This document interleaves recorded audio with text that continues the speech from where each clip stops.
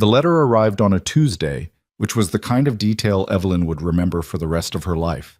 Not because Tuesday held any particular significance, but because she had been in the middle of mending a torn hem on her good winter coat when Margaret, the household maid, brought it to her on a silver tray with the careful expression of someone who already knew the contents and had been rehearsing how to hold her face. Evelyn set down her needle. She looked at the envelope. Her sister's name, Clara, was not on it. The Hartwell family seal was. She already knew before she broke the wax. Clara Ann Hartwell. Blackthorne had died on the 14th of January, 1878, at the estate of her husband, Victor Blackthorne, in the frontier settlement of Blackstone Ridge, somewhere in the high country of Montana Territory. The cause, as relayed through the letter's careful, bloodless language, was listed as a fever of the lungs. It was the kind of language that said nothing while appearing to say everything. Evelyn read it twice. Then she folded it along its original crease and sat very still for approximately 1 minute before she allowed herself to feel anything at all. Claire had been 26 years old. She had gone west 18 months ago as a bride, carrying 3 trunks, a second-hand piano score of Chopin's nocturnes, and a brave smile she'd shown Evelyn at the train platform while her eyes said something entirely different. "I don't want to go." That was what those eyes had said. But Clara hadn't spoken it, and Evelyn hadn't named it, because the Hartwell family did not discuss things that had already been decided. Now Clara was in the ground, and Evelyn was reading a letter that did not ask whether she was all right. It told her when to pack. She was given 4 days. Her father, Edmund Hartwell, conducted the conversation from behind his desk in the way he conducted all difficult conversations, with the posture of a man explaining an unfortunate but necessary business matter, and the expectation that no one would be foolish enough to make it personal. "The Blackthorne arrangement represents a significant portion of our Western holdings," he said. "Victor is a reasonable man. He has agreed to the transition." Evelyn stood in front of the desk. She was 23 years old. She was not, at that moment, feeling particularly reasonable herself. "Clara has been dead for 3 weeks," she said. "Yes." "And you've already arranged—" "The arrangement protects both families." He shuffled a paper that didn't need shuffling. "Victor has 2 children from his first wife, and now he's lost Clara. He needs stability. We need the mining contracts to remain intact. You are unmarried. The solution is straightforward." "The solution," Evelyn said carefully, "involves sending me to marry a man I've never met, in a place I've never been, weeks after my sister died there." Edmund Hartwell finally looked up from his desk. His expression was not unkind exactly. It was something worse. It was tired, like he'd already had this conversation in his head and arrived at the same conclusion and couldn't understand why she was making him say it out loud. "Your sister understood duty," he said. "I expect the same from you." Evelyn thought of a great many things she could say in that moment. She thought of Clara's face at the train platform. She thought of the letter that had given her 4 days and offered no condolences. She thought of the word transition, used in reference to a dead woman, as though Clara had been a season, something that simply turned. She said none of it. She went upstairs and began to pack. The journey west took 11 days by rail and then 2 more by coach, and then a final day and a half by a supply wagon driven by a taciturn man named Gus, who smelled of tobacco and wet wool and said approximately 40 words across the entire stretch, from the last proper town to Blackstone Ridge. The mountains were enormous. The cold was a different animal than the cold Evelyn knew.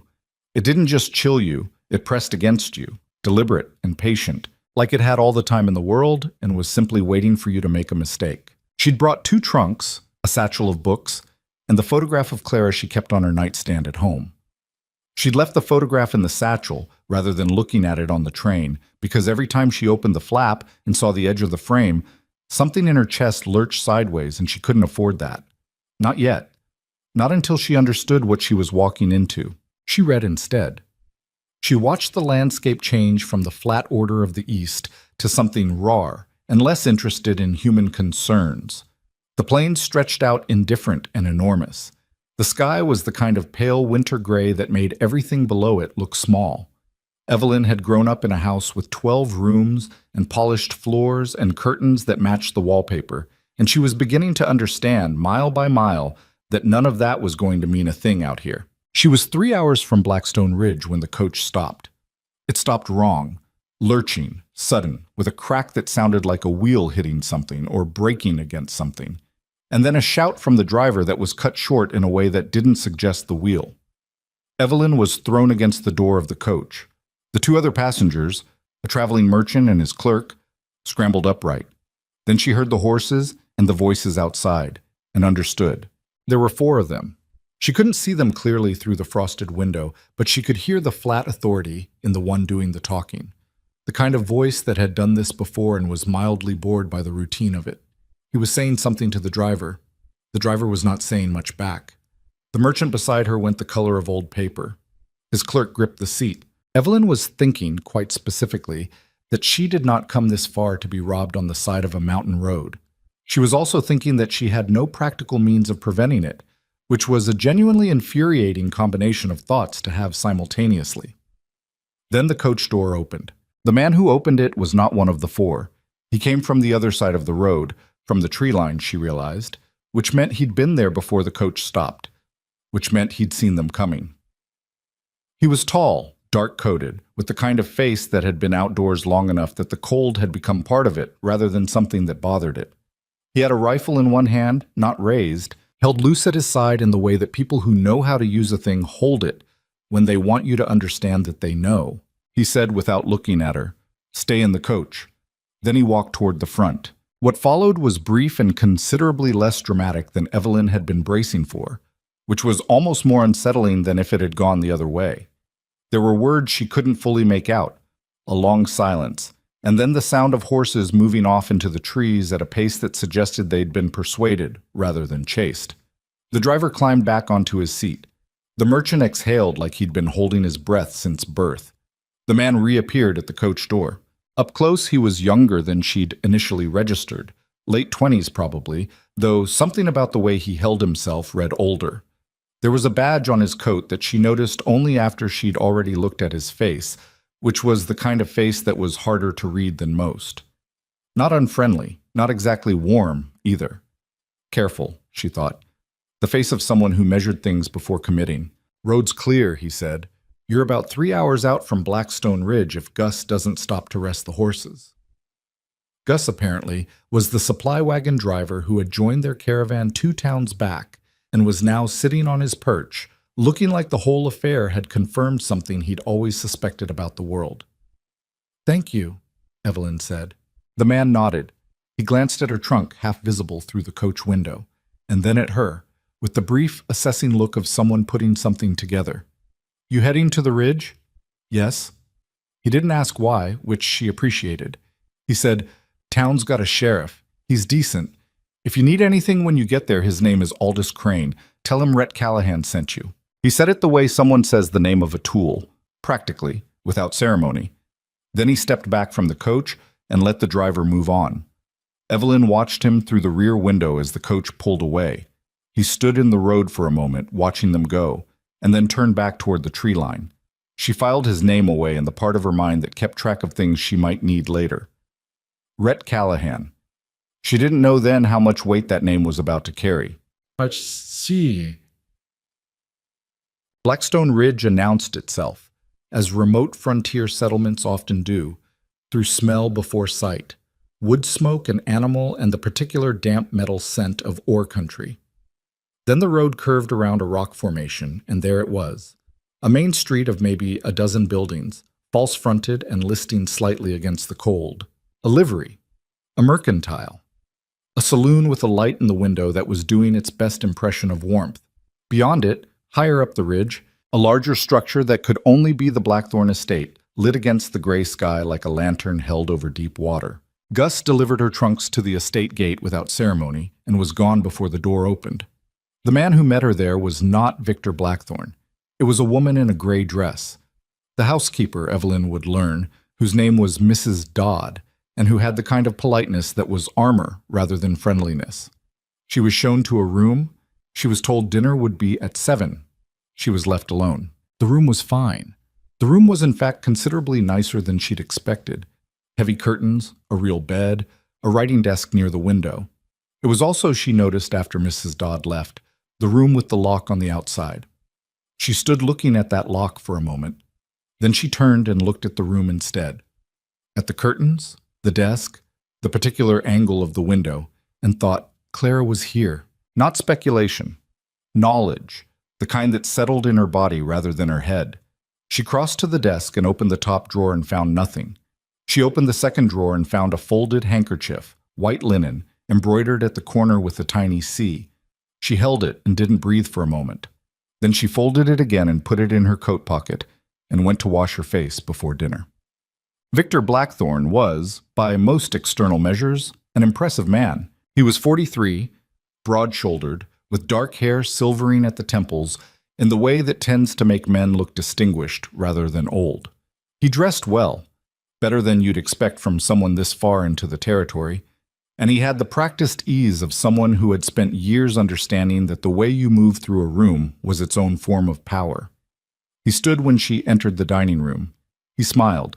He said he was grateful she'd made the journey and that he hoped the road hadn't been too difficult. He said all of this without once acknowledging that her sister was dead.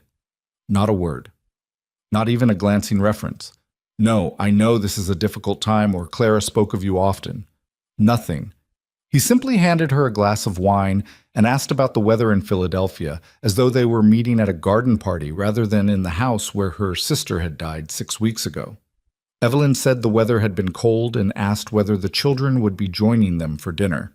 Something shifted in his face, nearly imperceptible, a tightening around the eyes. The children take their meals in the nursery, he said. They're still adjusting. To what? She asked, and kept her voice entirely pleasant. To the changes, he said, and refilled his wine glass. She watched him across the table and thought about the lock on the outside of her bedroom door. She thought about Mrs. Dodd's practiced politeness that offered nothing behind the surface of it.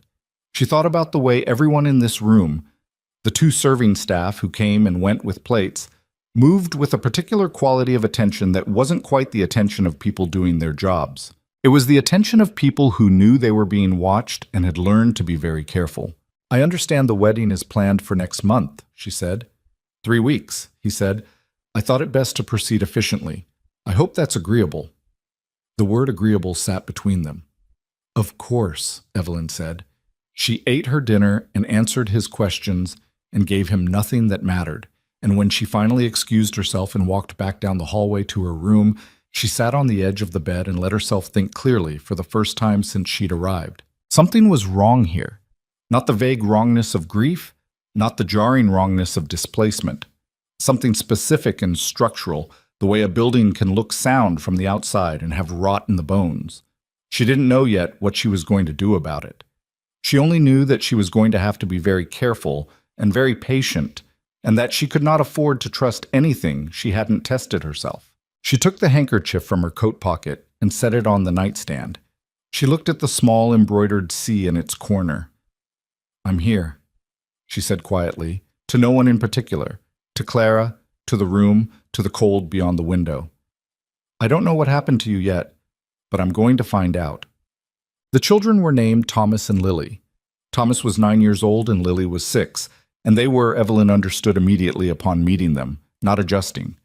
They were surviving, which is a different thing entirely. She found them the following morning in the narrow corridor outside the nursery, standing very still against the wall as one of the older serving women passed with a tray. They didn't speak. They didn't move until the woman was gone. Thomas watched the space where she'd been for an extra moment before he noticed Evelyn. He didn't smile. He looked at her the way children look at something they don't trust yet, but are trying to evaluate fairly, carefully, without the pretense of warmth they hadn't decided she'd earned. You're the new one, he said. My name is Evelyn, she said. I was Clara's sister. Thomas said nothing for a moment. Lily, who had positioned herself slightly behind his shoulder, looked out at Evelyn from that cover with eyes that were impossibly large in her small face. She was nice, Lily said, almost a whisper. She used to sing when she thought nobody was listening. Evelyn felt something shift in her chest. She kept her face still. She did at home too, she said. Badly. She was genuinely terrible at it, but she liked it so she didn't care. It was the right thing to say. Something in Thomas's expression shifted, barely, but there. The calculation softened by a fraction. Papa says we're not to talk about her, he said. I see, Evelyn said. He says it's not good for us to dwell. His voice was flat, reciting rather than speaking. The voice of a child who had been told something enough times that he could reproduce it, but hadn't decided whether he believed it. What do you think? She asked. Thomas looked at her steadily. I think grown-ups say that when they want you to forget about something, he said. He was 9 years old and apparently already understood more about the mechanics of power than most adults Evelyn had met at dinner parties in Philadelphia. She looked at him and thought, Clara, you were worried about these children. I can feel it. Well, she said carefully, I don't think you should forget her, and I'm not going to forget her either.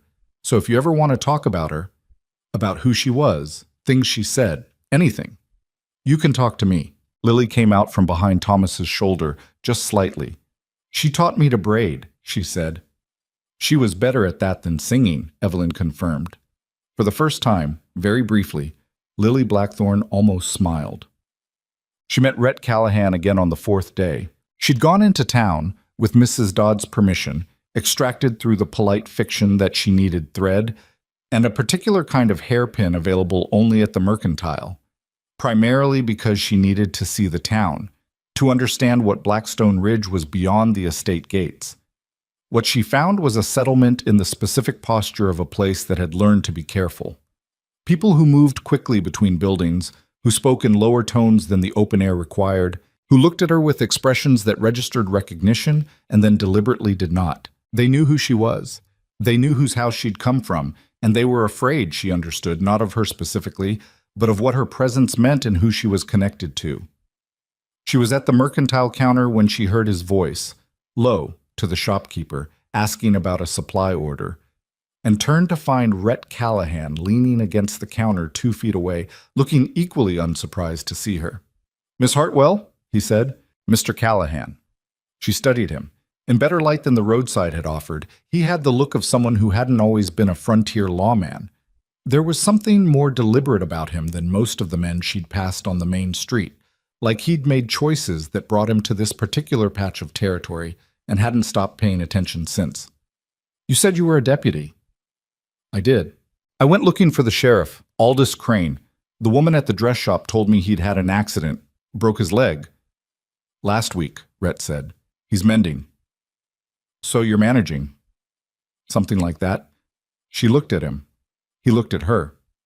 The shopkeeper had found something vitally important to examine on the other end of the counter. I want to ask you something, Evelyn said, keeping her voice low. And I'd like a straight answer rather than a careful one. He didn't say anything. She took that as permission. My sister died in that house, she said. They told my family it was a fever of the lungs. She was 26 years old and healthy the last time I saw her, which was 14 months ago. She wrote me letters. Not often enough, but she wrote. And the last 2 were different from the others.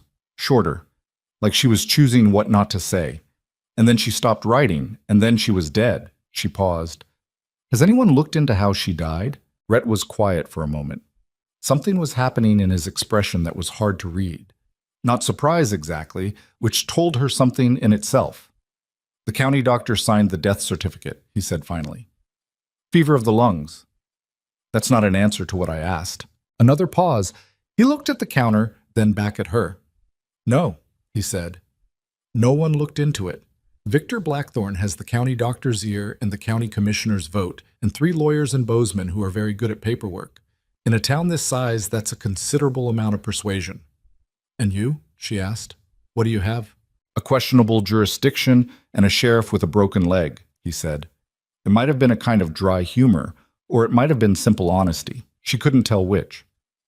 Miss Hartwell, what is it you think you're walking into?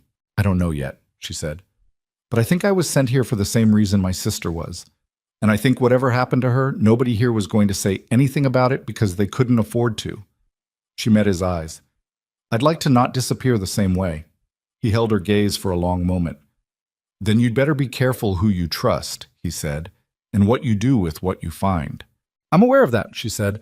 I'm telling you because you have a badge and because you handed me your name 4 days ago on a mountain road when you didn't have to, which I took as an indication of something. It was an indication that I thought you might need someone in town to know, he said. Blackthorn's estate gets more visitors than it keeps. That's not something most people say out loud here. I'm saying it, she said. He looked at her for another moment, and then he gave her a very small nod that wasn't agreement exactly, but was something, an acknowledgement, maybe, that she was paying attention to the right things. Be careful in that house, he said. Don't go looking for things where the staff can see you. And if something happens, if you feel unsafe, get to town. Don't wait and don't explain. She bought her thread. She bought the hairpin. She walked back to the estate with Mrs. Dodd 2 steps behind her and acted like a woman who had done nothing more interesting than run an errand. She found the journal on the 11th day. It was not where it should have been, not in a drawer or on a shelf or in any of the places a journal might logically sit. She found it because she'd been methodical, because she was her father's daughter, in that respect at least, and because she'd spent 10 days learning the house's rhythms, when the staff moved, where Victor went in the evenings, which rooms Mrs. Dodd attended on which mornings. She'd been patient. She'd been pleasant. She'd had dinner with Victor 5 times and answered his questions and asked easy ones in return, and she had watched him the way you watch something that might be dangerous. Not with fear, but with the careful, sustained attention of someone who knows that what they're looking at has the capacity to hurt them and intends to understand it completely before anything else. The journal was behind the false back of the small decorative cabinet in the room that had been Clara's sitting room, converted now into a kind of study for Victor's use. She found it in the 20 minutes when Victor was at the mill and Mrs. Dodd was in the kitchen and both serving staff were occupied with the laundry. She'd worked the back panel loose with the kind of care that meant she could replace it exactly as she'd found it. The journal was small, leather-bound, the pages filled with Clara's handwriting, tighter than Evelyn remembered, more compressed, as though she'd been trying to fit more into less space, as though she'd known she might not have much time. She didn't read it there. She put it in the deep inner pocket of her coat and walked back to her room and sat on the bed and opened it to the first page. She read for 2 hours. What she found there was not a story she'd allowed herself to fully imagine, even in the darkest corners of what she'd suspected. Clara's first entries were from 8 months ago, careful, circumspect, written like someone who knew they might be found out. She described the house in terms that were factually neutral but emotionally cold.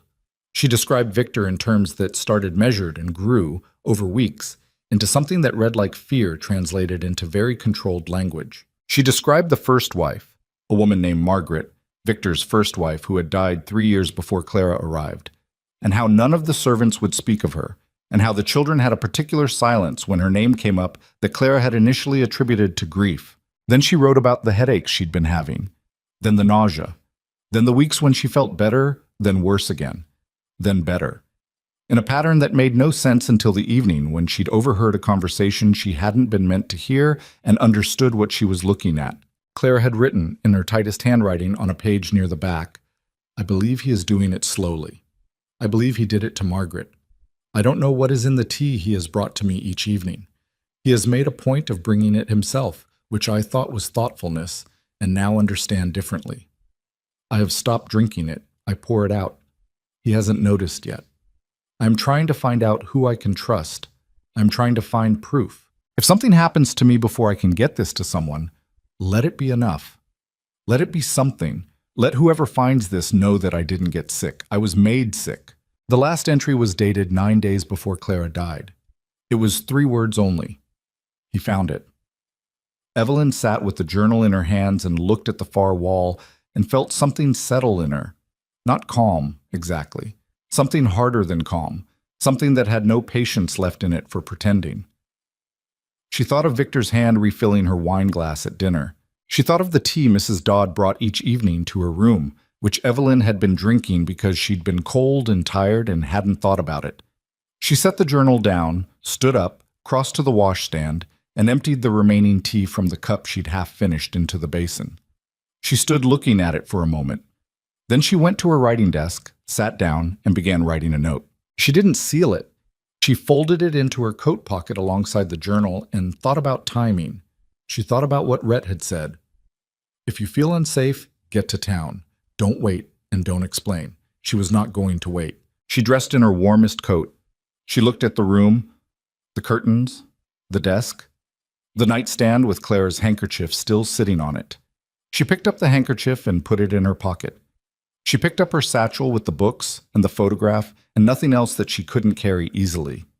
She left the trunks.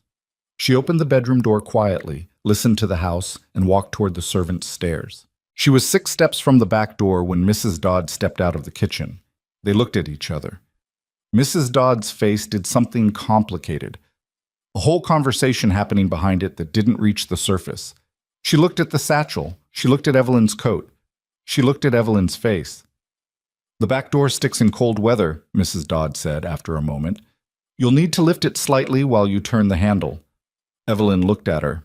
"He isn't," Mrs. Dodd said very quietly. "A man who lets things go. You understand?"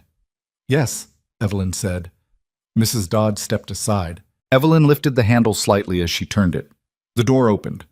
The cold outside was immediate and enormous, and she walked into it without stopping, across the frozen ground behind the estate, toward the ridge road that led to town, with the journal in her pocket and the photograph in her satchel and the specific terrified clarity of a woman who has understood, finally and completely, what kind of house she has been living in. She didn't run. Running was for people who had somewhere close to reach.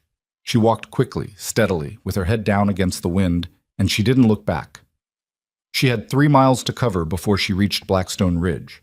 She had a journal that could destroy a man, and she had the name of the only person in this territory she was willing to trust. Rhett Callahan. She repeated it to herself like a direction as she walked. As the wind came off the mountain and the cold settled against her, and the estate lights behind her stayed lit in the dark, still and ordinary, not yet knowing she was gone. The cold hit her like a wall the moment she cleared the estate's back fence, and it didn't let up. 3 miles of frozen road between her and Blackstone Ridge, and the wind coming down off the mountain in long, sweeping gusts that found every gap in her coat and stayed there. She kept her head down and walked fast, not quite running, because running on iced ground in the dark was how you ended up with a broken ankle and nobody to find you until morning, but fast enough that her breath came in visible clouds and her feet numbed inside her boots before she'd covered the first half mile. She didn't let herself think too hard about what she'd left behind. The trunks, the room, the careful fiction of a woman settling into her new life, learning the house, counting the weeks to a wedding she had never intended to go through with. All of it abandoned. What she had was the satchel over one shoulder and the journal in her inner pocket and the handkerchief with Clara's embroidered C pressed against her ribs, and she told herself that was enough. It had to be enough. The lights of the town appeared after what felt like longer than 3 miles. It always does, in cold like that, when you're alone and the dark is thorough and your mind keeps offering you thoughts you'd rather not have. She walked toward them the way you walk toward the only lamp in a large room, with the particular relief of something that hasn't gone out yet. The sheriff's office was on the far end of the main street, a low building with a light in the window that suggested someone was still awake at this hour, which was late enough that the saloon had gone quiet. She pushed the door open and the warmth inside hit her so suddenly that she stopped in the doorway for a moment, just breathing it. Rhett Callahan was at the desk. He had papers in front of him and a cup of something that had probably been coffee 2 hours ago, and he looked up when she came in with the expression of a man who had been waiting for bad news long enough that he'd stopped being surprised when it arrived. He took one look at her, the satchel, the coat, the fact that she was alone and had clearly walked from somewhere, and stood up. "Are you hurt?" he asked. "No?" "Did someone see you leave?" "Mrs. Dodd." She came fully inside and pulled the door shut. Her hands were shaking slightly, which she registered with some irritation as she worked the buttons of her coat. "She let me go, told me the door sticks in the cold." Something passed across his face that was hard to name. "How long ago?" "An hour, maybe a little more." She reached into her inner pocket and pulled out the journal, set it on the desk in front of him. "I need you to read this." He looked at it without touching it. "What is it?" "My sister's journal." She sat down in the chair across the desk without being invited, because her legs had decided they'd done enough for one evening. She believed Victor was poisoning her. She believed he'd done it to his first wife before her. She was trying to find proof when she died. She paused. The last entry is 9 days before her death. It says he found it. The journal. Rhett picked it up then. He opened it carefully, like he understood what it was, and read the first page in silence, then several more. He read the way someone reads when they're not just taking in words but building something from them, measuring, cross-referencing against things they already know. He set it down. "There's a man," he said, "works at the estate. Former stable hand named Decker. He left Blackthorn's employment about 7 months ago. Nobody asked him why, and he didn't volunteer it, but he's been quiet in a particular way since the way people get quiet when they know something they don't know what to do with." He looked at her. "I've been watching that house for a year, Miss Hartwell." She absorbed this. "You suspected." "I suspected. Suspecting and proving are different problems, especially when the man you're suspecting has the county commissioner in his pocket."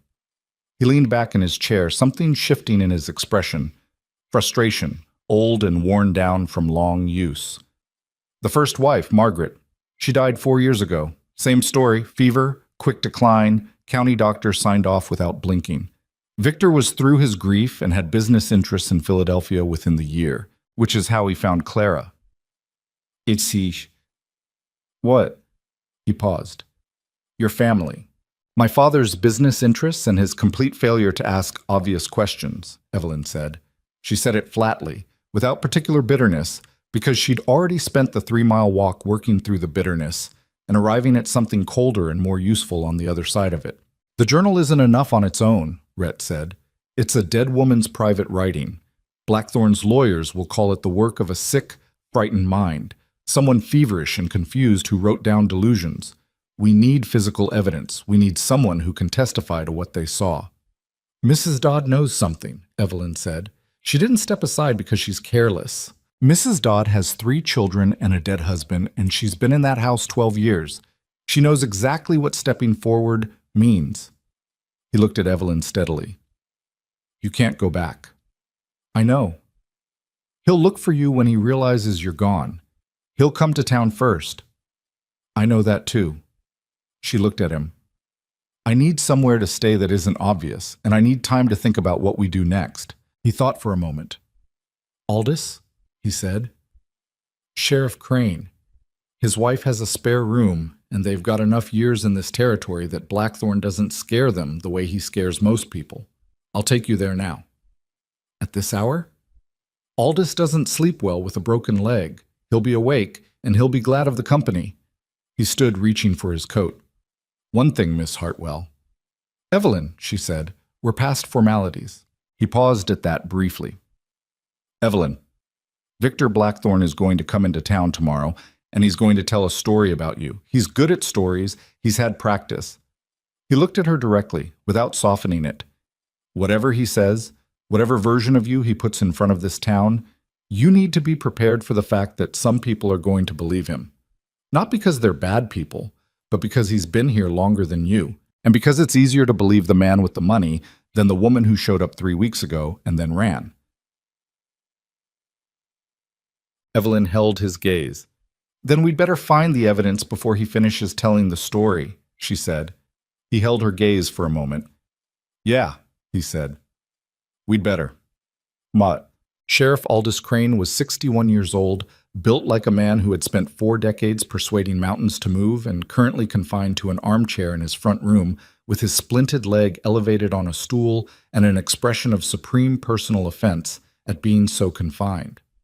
His wife, Nora, had the brisk, capable quality of someone who had long since stopped being surprised by anything the frontier could produce, and she opened the door to Rhett's knock at 11 at night with the expression of a woman who had been expecting something of this nature, if not this precisely. She showed Evelyn to the spare room, brought her a blanket and a glass of water, and said, "We'll sort out the rest in the morning. Sleep if you can." Evelyn didn't sleep much.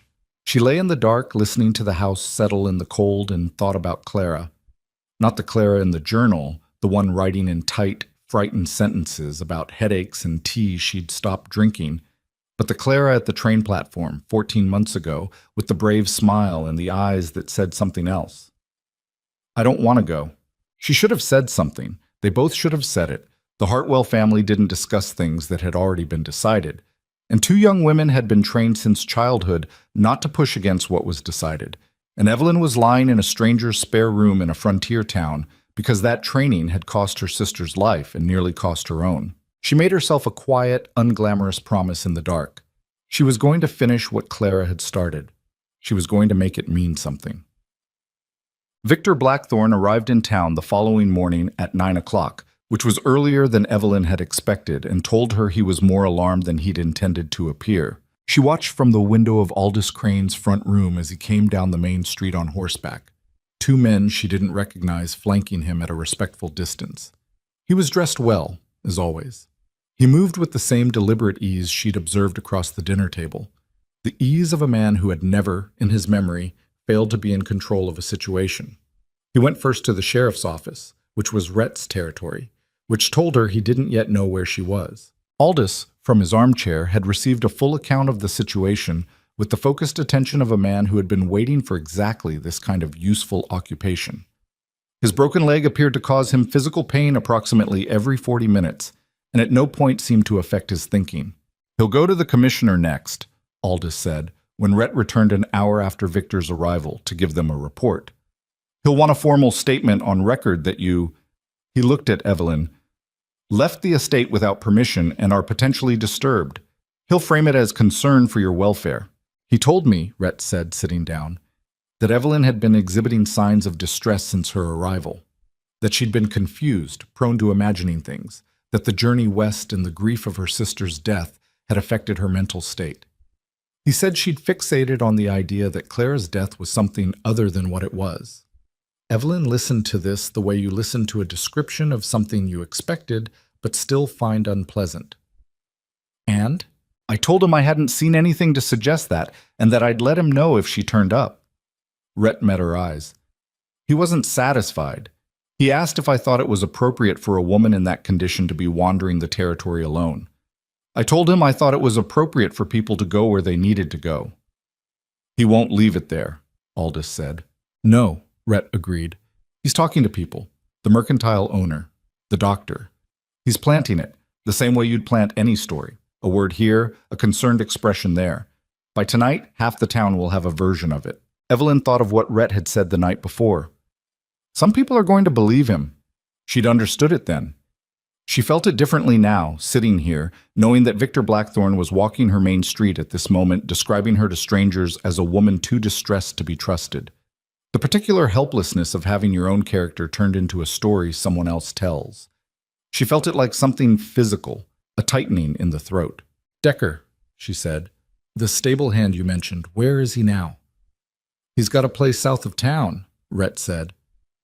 "Small spread. He's been doing day labor at the Kelsey Ranch." "Will he talk to us?"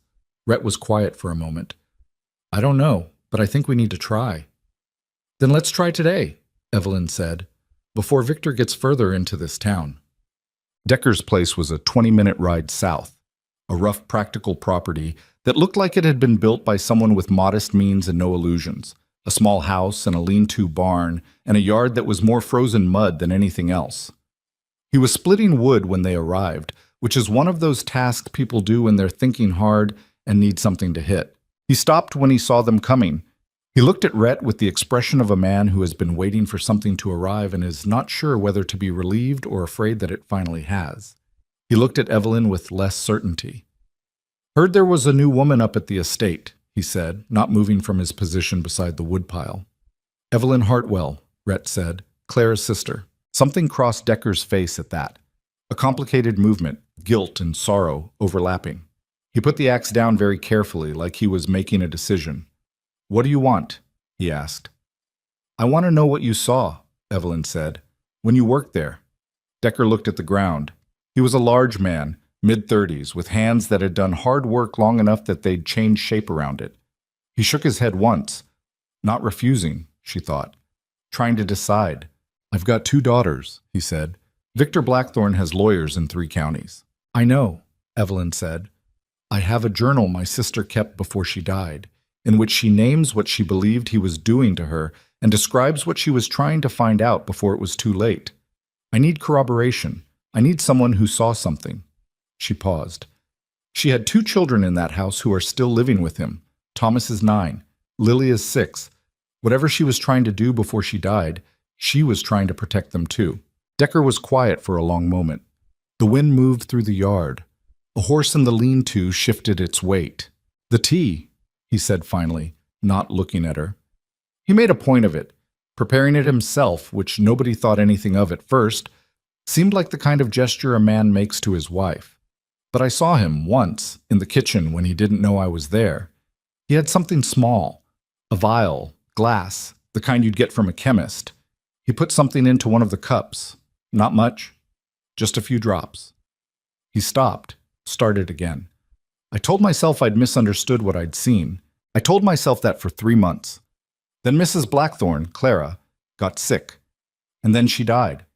And then I couldn't stay there anymore. The silence after that was the kind that needed to be respected for a moment before anyone spoke into it. Would you testify to that? Rhett asked quietly. Decker finally looked up. If there was a case. If you could make it stick. If it wasn't just my word against his. He looked at Evelyn. Your sister. She was the kind of woman who didn't deserve what happened to her. She used to bring water out to the stable in the hot weather. Little things like that. She didn't have to. Evelyn felt the tightening in her throat again and pushed past it. There will be a case, she said. We're going to make one. The problem was time, and the fact that Victor Blackthorne had more of it on his side than they did. By the second day, the story had settled into town the way stories do. Not through any single dramatic moment, but through accumulation. A dozen small conversations that built the same structure from different angles. People who didn't know Evelyn and had no particular reason to disbelieve Victor Blackthorne had been given a narrative that was internally consistent and emotionally satisfying. A grief-stricken young woman, unmoored by loss, who had arrived in an unfamiliar place and become convinced of things that weren't there. Victor had even managed to frame his concern with what sounded like genuine pain. I only want what's best for her. Her family trusted me to care for her, and I failed to see how fragile she was. It was, Evelyn thought grimly, a masterful piece of work. He'd had practice. The commissioner has agreed to receive his formal statement tomorrow, Rhett told them that evening, back at Aldous' house. Which means there'll be a record, which means Blackthorne's lawyers can use it to establish precedent if there's any future proceeding. What do we need? Aldous asked. Physical evidence, Rhett said. The journal is support, Decker's testimony is support, but if we're going to make a criminal case, we need something concrete. Something that can't be explained away. The vial, Evelyn said. He used a glass vial, according to Decker. If he's been doing this, if he did it to Margaret before Clara, those things don't vanish. He'd want to keep control of them. She thought about the estate, the room she'd moved through in 11 days, the parts of the house that hadn't been accessible to her. His study, the private one, not the one he receives visitors in. I never saw inside it. The door was always locked. You're not going back in there, Rhett said. I wasn't suggesting I do it alone. He looked at her. The expression on his face was complicated. Something between reluctant respect and the specific exasperation of someone who has already understood that the person they're talking to has made up their mind, and arguing is going to be largely ceremonial. If Victor sees you anywhere near that estate, Victor is in town, she said. He's been in town for 2 days, making his case to anyone who will listen. He's not going back until he's finished, because walking away from his campaign right now would undermine the story he's telling. She leaned forward. Which means there's a window, not a large one, but a window. Aldous made a sound from his armchair that could have been agreement or could have been the particular noise he made when his leg bothered him. She's not wrong, he said. Rhett looked at the ceiling, then he looked back at Evelyn. I'll go in, he said. You're not setting foot on that property. I know the layout of the house, she said. You don't. Then you describe it to me. It won't be enough. You don't know which floorboard creaks on the back stairs, or that the study door requires the handle to be turned all the way before you push or it catches, or that Mrs. Dodd takes her supper in the kitchen from 5:30 to 6 precisely every evening. She met his eyes. I'm not trying to be reckless. I'm trying to be useful. There's a distance between those two things that I'm not sure you've fully accounted for, he said. I've accounted for it, she said. I just think the alternative is worse. Another silence. Rhett ran a hand across the back of his neck, a gesture she was beginning to recognize as the specific physical expression of him working out that he wasn't going to win this and deciding how to make the best of it. We go in when Victor's occupied, he said. You wait outside. If I need guidance, you'll be close enough. If something goes wrong, you get back to town. Agreed, she said, quickly enough that he gave her a look that suggested he knew she'd agreed too fast. I mean it, he said. if something goes wrong. I said agreed, Callahan. Aldous made the sound again. This time it was definitely amusement. Mom. They went the following evening, in the hour between 5:30 and dark, when the light failed early in winter and the estate sat in the particular blue-gray dusk of the high country. Rhett went over the fence at the east side, where the grounds crew didn't maintain the line as clearly.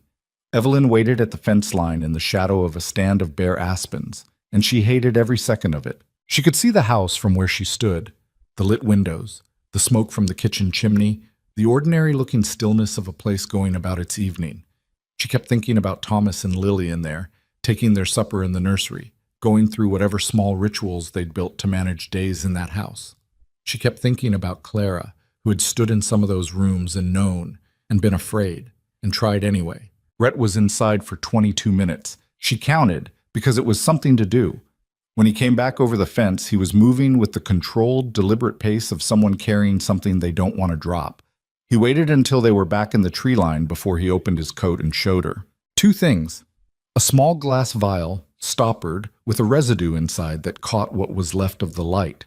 And a folded paper, heavy, official-looking, the kind used for formal correspondence, that turned out, when Evelyn unfolded it with shaking hands, to be a letter from a chemist in Bozeman, dated 18 months ago, confirming the order and delivery of a compound she'd never heard of. Arsenic compound, Rhett said, slow-acting, the kind that mimics lung fever.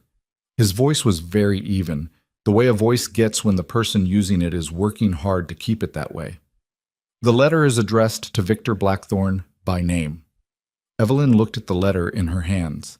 She looked at the vial. She thought about Clara writing he found it in the last entry of a journal she'd hidden behind a false panel and still had found. She thought about Clara at 26, frightened and trying to find a way out, running out of time. "That's enough," she said. Her voice came out steadier than she expected. "That's enough to make a case." "It's enough to start one," Rhett said. He was watching her face. "Are you all right?" She looked at him. It was a strange question and a genuine one, and for a moment she didn't know what to do with the directness of it, with being asked that plainly by someone who actually wanted to know the answer. "No," she said honestly, "but I will be." He nodded, accepting that without pushing further, which was the right thing to do, and she appreciated it.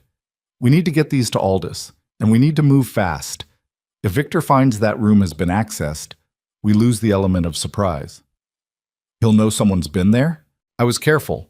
But he'll go back eventually, and he'll notice, because men like Victor always notice. It's how they maintain control. We've got maybe 2 days before he shifts from making his public case to taking direct action." He looked at her. "And when that happens, it's going to get worse before it gets better." She folded the letter back along its creases. She put it in her coat pocket with the journal and the handkerchief.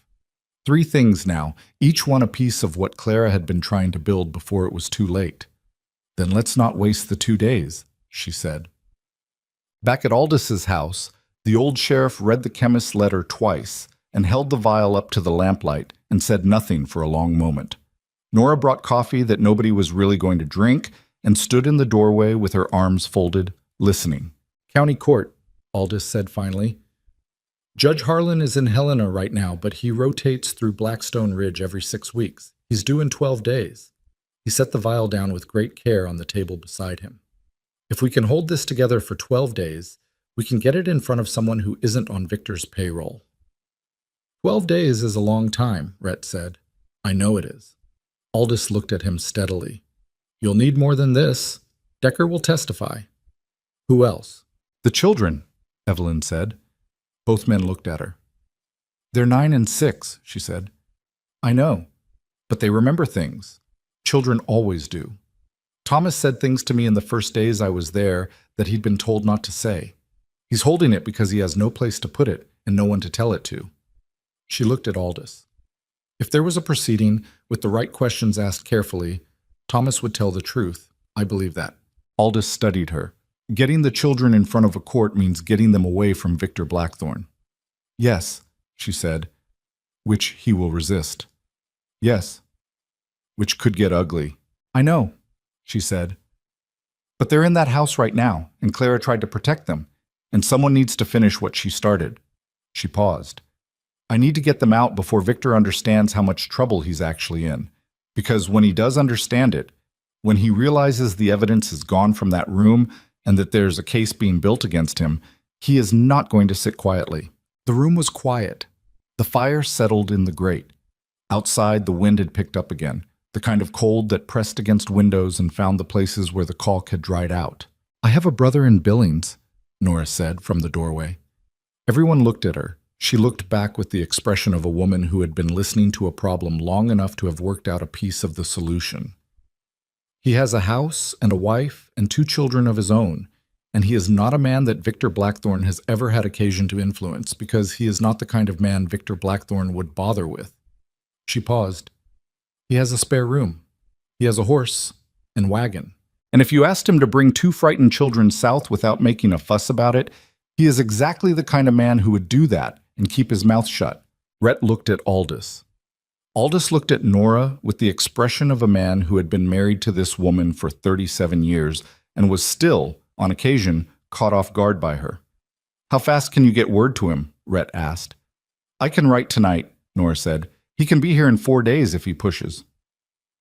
4 days. Which left 8 days before Judge Harlan arrived. Which was enough time if nothing went wrong. If nothing went wrong. Evelyn looked at the glass vial on the table, small and ordinary looking and devastating. She thought about Victor Blackthorne on the main street of this town, planting his story with the patience of a man who was certain of his own immunity. She thought about Decker at his woodpile, holding 12 months of guilty silence that he was finally willing to break. She thought about Mrs. Dodd lifting slightly as you turn the handle, the door sticks in cold weather, and what it had cost that woman to say those 7 words. She thought about Clara's last journal entry, 3 words in small, frightened handwriting. He found it. This time, Evelyn thought, let him find nothing. Let him come back to that room and find the absence of his evidence and understand what that meant. Understand that somebody had gotten there first, that the ground had shifted under him while he'd been busy constructing a story. Let him feel what it was to have the thing you thought was safely buried suddenly missing. Let him feel that the way Clara had felt it, and Margaret before her, and every person in that town who had spent years learning to be careful. Evelyn pressed her hand flat against her coat pocket, where the letter rested against the journal, against the handkerchief, with its small embroidered C. She was not disappearing. She was not running. She was not the grief-stricken, fragile woman that Victor Blackthorne was describing on the main street of this town. She was Clara's sister, and she had 12 days, and she intended to use every single one of them. Victor Blackthorne discovered the room had been accessed on the morning of the 3rd day. Evelyn knew it before anyone told her, because she was watching from Aldis's front window when his horse came down the main street at a pace that was not quite controlled. Not galloping, Victor was too careful for that, but faster than a man of his bearing typically moved through a town where he intended to look untroubled. He had one of his flanking men with him, this time, instead of 2, which told her the other had been sent somewhere else, which told her he was already moving on multiple fronts. "He knows," she said. Aldous looked up from the letter he'd been dictating to Nora. "How long before he makes a move?" "Today," she said. "He won't wait." She was right.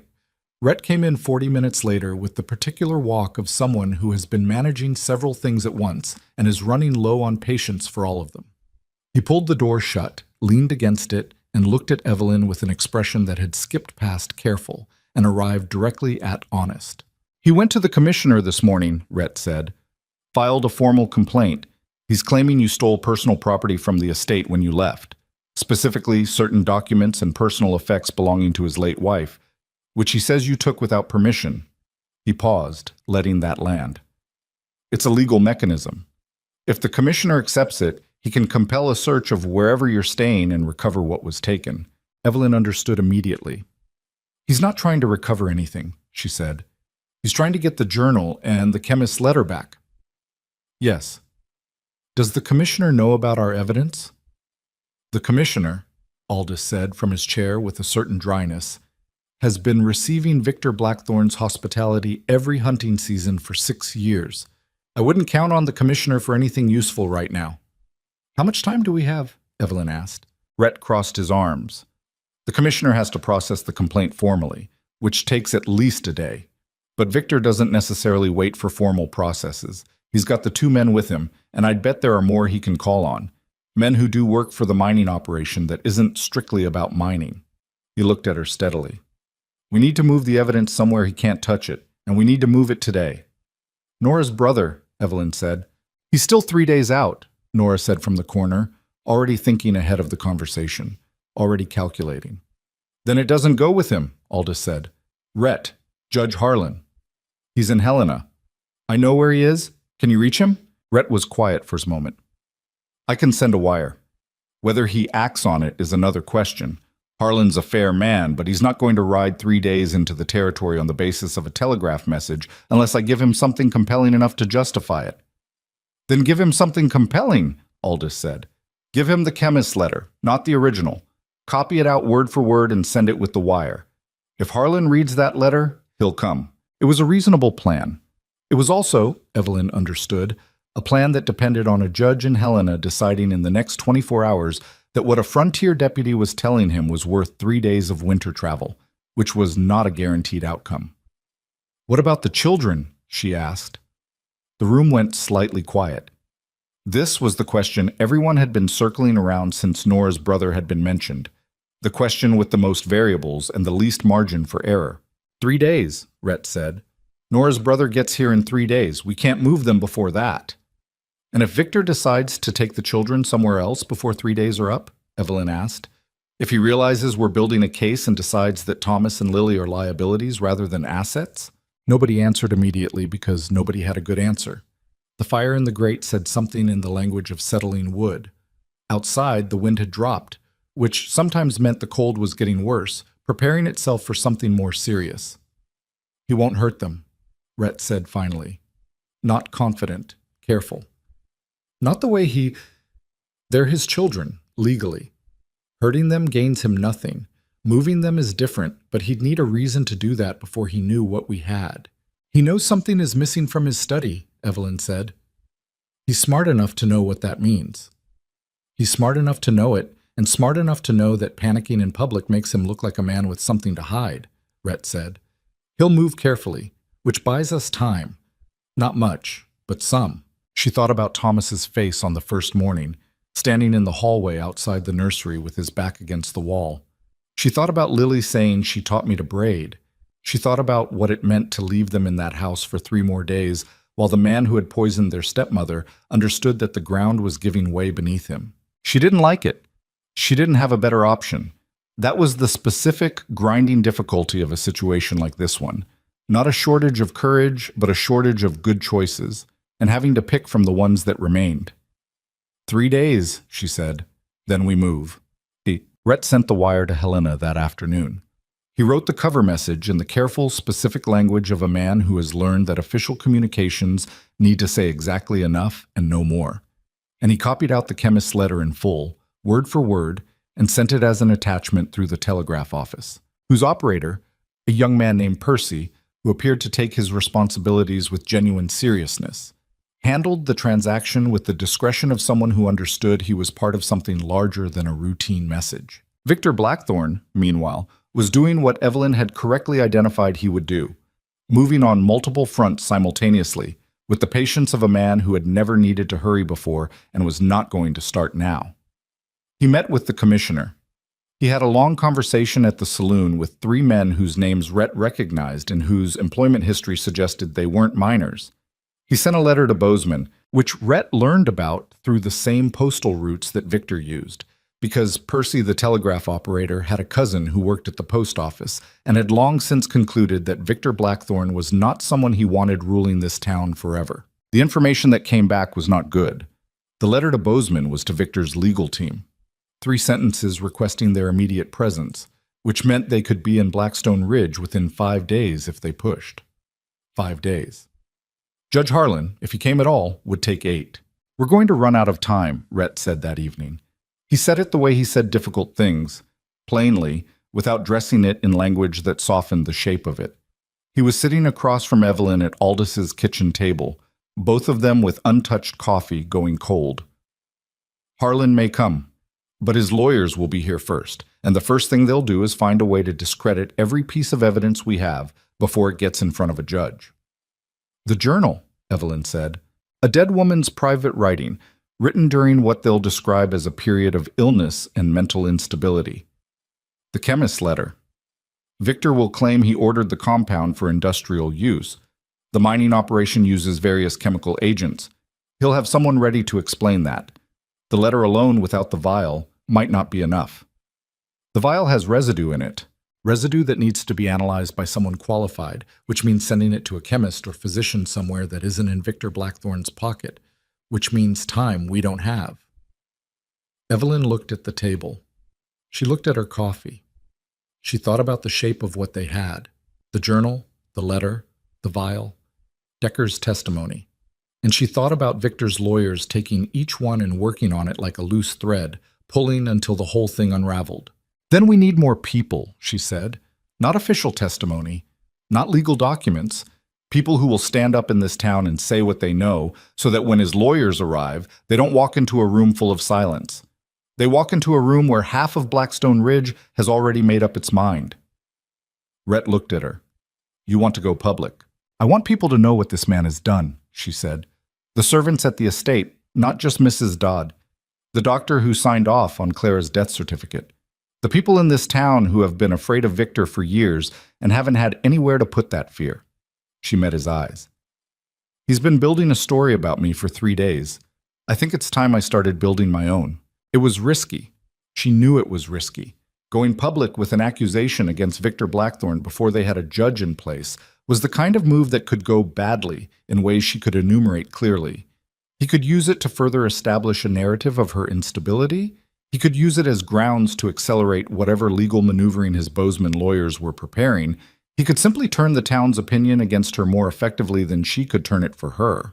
These were real possibilities. But the alternative was waiting in Aldous Crane's spare room while the clock ran out. Who do you trust in this town? She asked Rhett. He thought. Not a short think, a real one. The kind where you actually measure the people you're considering rather than just listing names. Ben Kelsey, he said finally. He runs the biggest cattle operation in the valley. Victor's tried to acquire his water rights twice, and Ben's refused twice. He doesn't like Blackthorn, and he's not afraid of him, which puts him in a small category. He paused. Reverend, he stopped himself. The school teacher, Mrs. Aldridge. She's been in this town 15 years, and she taught Thomas Blackthorn his letters. And she told me once, quietly, that something about that household worried her. She didn't say more than that. She might say more now, Evelyn said. She might. He looked at her with the expression she was coming to know. Reluctant, assessing, working out how much he could argue this down. I'll talk to Kelsey. You talk to Mrs. Aldridge. Don't go anywhere alone. Don't go near the main street if Victor's men are visible. I understand. Evelyn? He said her name in the particular way he'd been saying it for 2 days now. Not a warning, not a formality, but the word of someone who was trying to say something they didn't have another way to say. If this doesn't work, it has to work, she said. That's not a plan. No, she admitted, but it's what I have. Mrs. Aldridge was a small, precise woman of about 50 who ran the Blackstone Ridge schoolroom with the kind of organized authority that suggested she'd spent many years persuading people that learning was worth their time and had developed very effective methods for the purpose.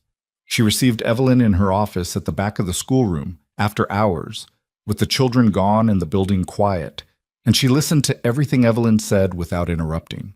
When Evelyn finished, Mrs. Aldridge was quiet for a long moment. Clara came to see me, she said, 4 months before she died. She sat in that chair, she nodded at the chair Evelyn was sitting in. And she told me she was having trouble sleeping and that she felt unwell. And she asked me in a roundabout way that I understood was roundabout because she was frightened, whether I thought there were people in town she could trust. She folded her hands on the desk. I told her I thought Aldous Crane was a good man.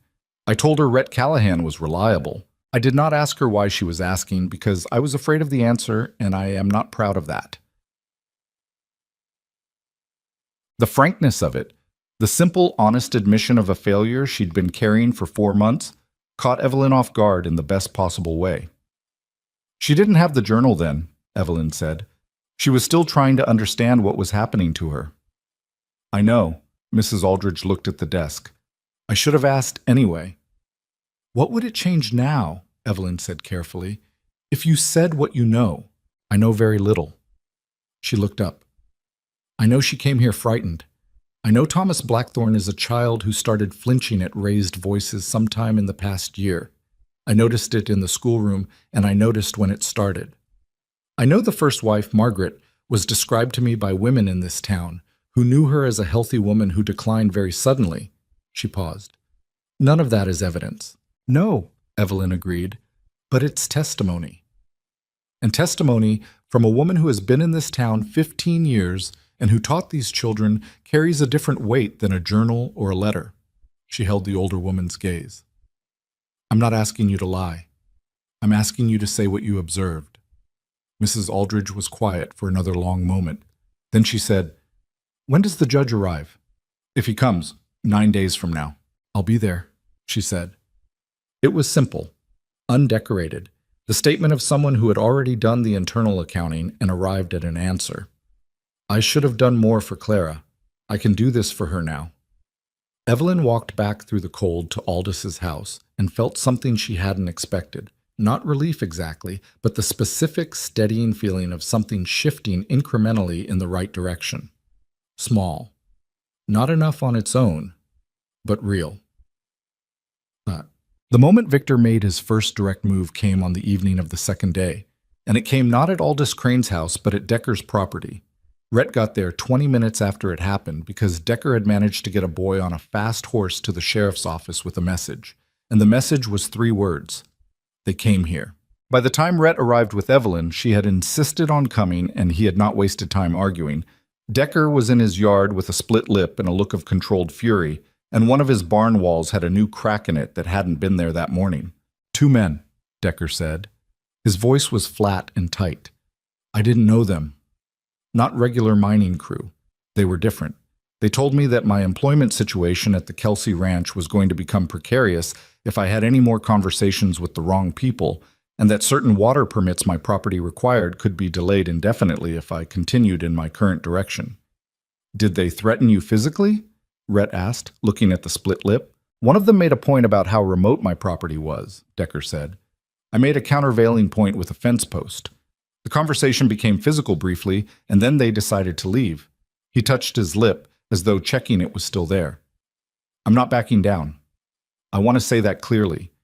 But I'm telling you that if they came to me, they've been to Mrs. Dodd too. Rhett looked at Evelyn. She was already thinking it. Mrs. Dodd won't have anyone to send a message, she said. She's inside the estate. I know. If he's turning the pressure up on witnesses, I know. He said again, more quietly. He was calculating something. She could see it in the way his eyes moved. Not panicked, but working fast, reassessing the timeline. He's escalating because he found the room. He knows what's missing. He knows we're building something. He looked at Decker. Can you stay somewhere other than here for a few nights? Decker glanced at his property. The house? The lean-to? The yard where his daughters played when the weather permitted. The look of a man measuring what he was willing to risk against what he was willing to lose. My daughters stay with my sister, he said. I'll manage here. You don't have to. I know I don't have to. He met Rhett's eyes. I watched a good woman die, and I told myself a story about it for 7 months. I'm done telling that story. Whatever happens next, I'm done.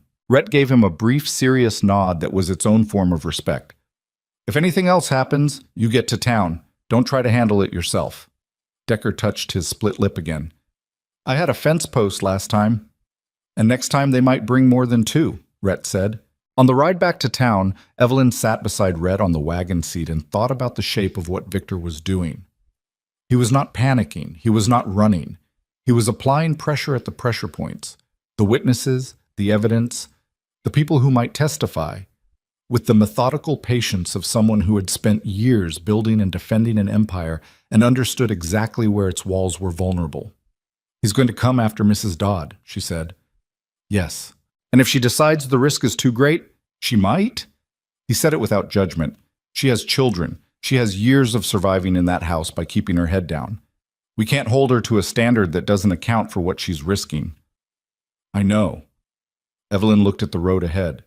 But if we lose her testimony and Victor's lawyers find a way to discredit the journal and the chemist's letter, we won't be left with nothing, Rhett said. Decker is solid. Mrs. Aldridge is solid. The vial is physical evidence that doesn't change its testimony based on pressure. He paused. And Harlan is coming. She looked at him. You heard back? This afternoon, while you were with Mrs. Aldridge. He said it without preamble, without building to it, which was the thing about Rhett Callahan she was finding herself relying on. He told you things straight, without the performance of delivery. He sent word he'll be here in 9 days. He's bringing a court recorder, and he's notified the territory attorney's office. The territory attorney's office. That was different from a circuit judge making a routine visit. That was the machinery of the law being assembled, and it was being assembled because Rhett had put the right words in the wire to Helena, and Harlan had read the chemist's letter and understood what he was reading. Victor's lawyers will still be here first, she said.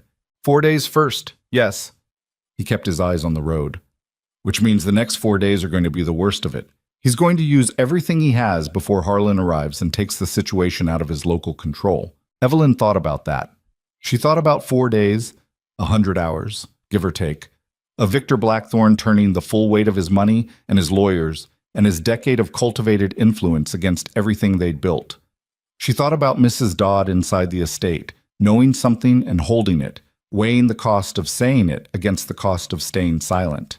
She thought about Thomas and Lily, taking their supper in the nursery, going to bed in rooms she'd been in, unaware that the ground beneath their whole world was in the process of giving way. The children, she said. Nora's brother. When does he arrive? Tomorrow evening, if the weather holds. She did the calculation. Tomorrow evening, they could move the children. That left 4 days before the lawyers arrived, 9 before Harlan. If the children were out of the house before Victor's legal team landed, before he could use them as leverage or move them somewhere beyond reach. I need to get into the estate one more time, she said. Rhett turned to look at her. He had a look on his face that was somewhere between tired and something else, something that wasn't quite exasperation because it had too much understanding in it. No, he said, not for evidence. I need to talk to Thomas. Evelyn? He's 9 years old and he's going to be frightened when things start happening, she said. I don't want the first time he understands that someone is coming for him to be when a stranger shows up and tells him to get in a wagon. He needs to know before that. He needs to know someone is coming who he trusts. She paused. He trusted me. In the limited way a 9-year-old who doesn't trust anyone can trust someone. But it was something. Rhett was quiet for a long moment. The horse moved steadily through the cold. The road ahead was empty, the sky above it the particular dense black of a moonless winter night. There's a break in the kitchen fence on the south side, he said finally. It's been needing repair for 2 seasons. The cook uses it as a shortcut to the woodpile and nobody's bothered to fix it. If Mrs. Dodd's evening routine holds, I know her routine, Evelyn said. I'll be outside, he said, the whole time. If anything, if a door opens, if a light comes on that shouldn't, I come back immediately. You come back immediately, he confirmed. He looked at her. I want to say something. She waited. You've been doing this, he said slowly, like he was working it out as he spoke, since you walked into my office 3 nights ago, moving forward when there's something in front of you, not reckless. You keep saying the right things about being careful and meaning them, but you keep moving anyway. He paused. I want you to know that's not something I've seen very often. She didn't know what to do with that. Spoken plainly in the dark on a wagon seat with the cold coming off the mountain and 4 days of Victor Blackthorne's full resources between them and anything that looked like safety. It was too honest to dismiss and too complicated to respond to simply. Clara was braver than I am, she said finally. She was doing this alone in that house without a single person she could trust. She did it for months. She looked at the road. I'm just trying to finish what she started. I know, he said. That's what I mean. She went in the following evening through the broken fence on the south side, with the cold pressing down and Rhett a shadow at the fence line behind her. The kitchen was empty, Mrs. Dodd's supper hour, as reliable as a clock. She moved through the back hallway, the way she'd learned to move through this house, along the walls, without hurrying, with the specific kind of attention that meant she was tracking every sound simultaneously. The house had a particular quality at this hour. Not quiet exactly, but settled, like it was doing its best impression of an ordinary household. And the impression was only off by a small amount that you'd miss if you weren't already looking for it. The nursery was on the second floor, back corridor, third door on the left. She'd been there twice in the 11 days she'd spent here. She went up the servants' stairs, which she knew, and down the corridor she knew, and she knocked very lightly on the third door. Silence. Then the particular silence of someone on the other side of a door deciding whether to answer. Then Thomas's voice, low. "Who's there?" "Evelyn," she said, just as quietly. A pause that lasted long enough that she started to worry. Then the door opened. He looked at her with those careful eyes that she'd come to understand were his primary defense mechanism, looking carefully at things before deciding what they were. Behind him, Lily was sitting up in her bed, awake. "You left," he said. Not accusatory, factual. "I did," she said. "Can I come in for a moment?" He stepped back. She came in and crouched down to be at his level, which she'd found in the first days was the thing that made the most difference with Thomas. Not talking down to him, not performing warmth he hadn't earned, just being at the right height and speaking to him like someone who expected him to understand.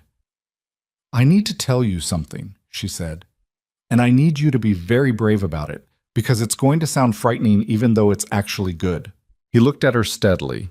Lily had come to the edge of her bed, wrapped in a blanket, watching. She told him as plainly as she could manage what was going to happen.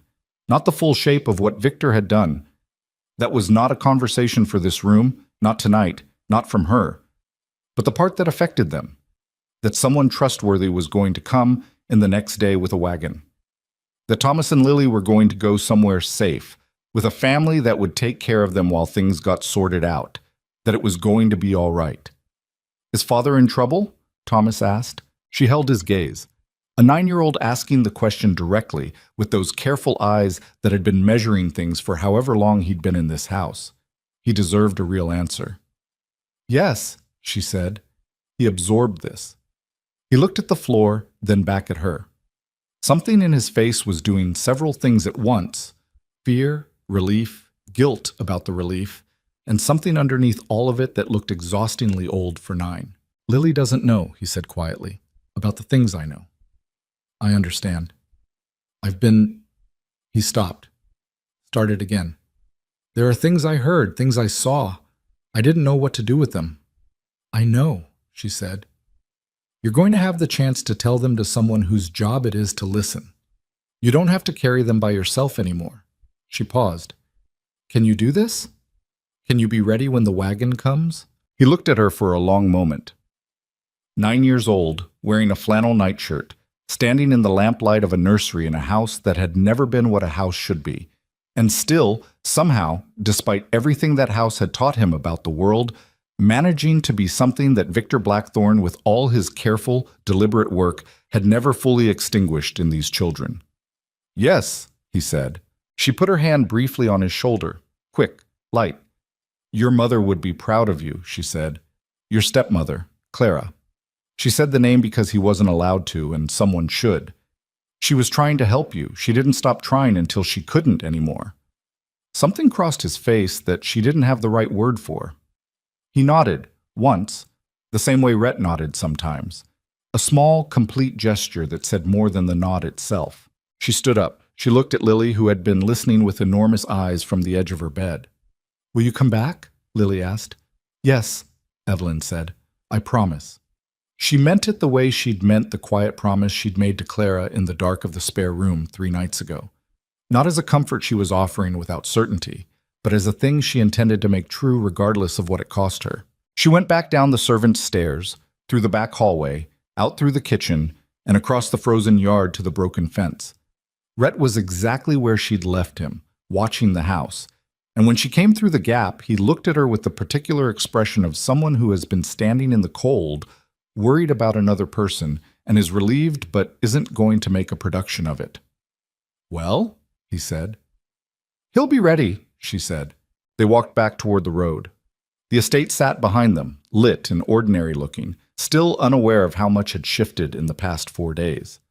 Victor Blackthorne, somewhere inside it or in the town, was doing his own calculations, moving his own pieces, counting on the fact that he had done this before and gotten away with it before, and understood better than anyone how the machinery of a frontier town's loyalties could be worked.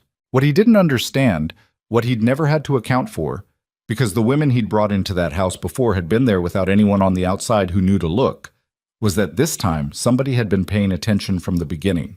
This time, someone had been sent west to disappear and had decided instead to stay and fight. Harlan was 9 days out. The lawyers were 4 days out. And tomorrow, Nora's brother was arriving with a wagon and a set of instructions and the specific, quiet courage of an ordinary man doing the right thing in a situation that had nothing to do with him personally. 4 days. Everything depended on what happened in those 4 days, and what Victor Blackthorne did when he finally understood that the story he'd been carefully building had started falling apart at its edges, and that the woman he'd expected to replace her sister quietly and disappear had instead been doing something else entirely. They were about to find out which version of Victor Blackthorne appeared when everything he'd built began to come undone. Nora's brother arrived the following evening, as promised. His name was Cal Whitmore, and he was exactly the kind of man Nora had described, broad-shouldered, unhurried, with the face of someone who didn't ask unnecessary questions and didn't need situations explained to him twice. He drove a plain wagon with a canvas cover and 2 reliable horses, and he came into Blackstone Ridge from the South Road, which kept him off the main street, and he tied up behind the livery and walked to Aldis's back door like someone arriving for a quiet visit rather than the extraction of 2 children from a dangerous household. He sat at Aldis's kitchen table and drank coffee and listened to everything Rhett told him, and when Rhett finished, Cal said, "When do you need me to go?" "Tomorrow morning," Rhett said. "Early." "All right." That was the entirety of his questions. Victor's lawyers arrived the following afternoon, which gave them a window, narrow but real, and they used it. Rhett and Cal went to the estate at 7:30 in the morning, in the blue-gray light before the town fully woke.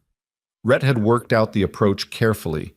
He went to the front door as himself, as the acting sheriff of Blackstone Ridge, with a deputy's badge and a legal authority that Victor could challenge but couldn't immediately override, and he told the man who answered the door that he needed to speak with Mrs. Dodd on a matter related to an ongoing investigation. Mrs. Dodd came to his door inside 4 minutes, which told Evelyn, waiting with Cal in the wagon at the far end of the estate road, that Mrs. Dodd had been waiting for something like this to happen and had already decided what she would do. The children came out wrapped in coats and carrying 1 bag each, which told Evelyn something else. Thomas had been ready since the night before. He had packed Lily's bag as well as his own, and he had packed practically. Warm clothes, a few small things that mattered, nothing unnecessary. 9 years old, doing the work of someone twice that age, because that house had required it of him. Lily came out holding Thomas's hand and saw Evelyn standing beside the wagon. She crossed the distance between them without any of the usual hesitation of a child in an unfamiliar situation and put her arms around Evelyn's waist and held on with the fierce, uncomplicated grip of someone who has been frightened for a long time and has finally found something that feels safer than where they were. Evelyn held her. She didn't say anything. Sometimes there isn't anything to say. Thomas stood a little apart, watching the house the way you watch something you're not sure you'll ever see again and aren't sure how you feel about that. Then he looked at Evelyn with those careful eyes, and she gave him a small nod, and he climbed into the wagon.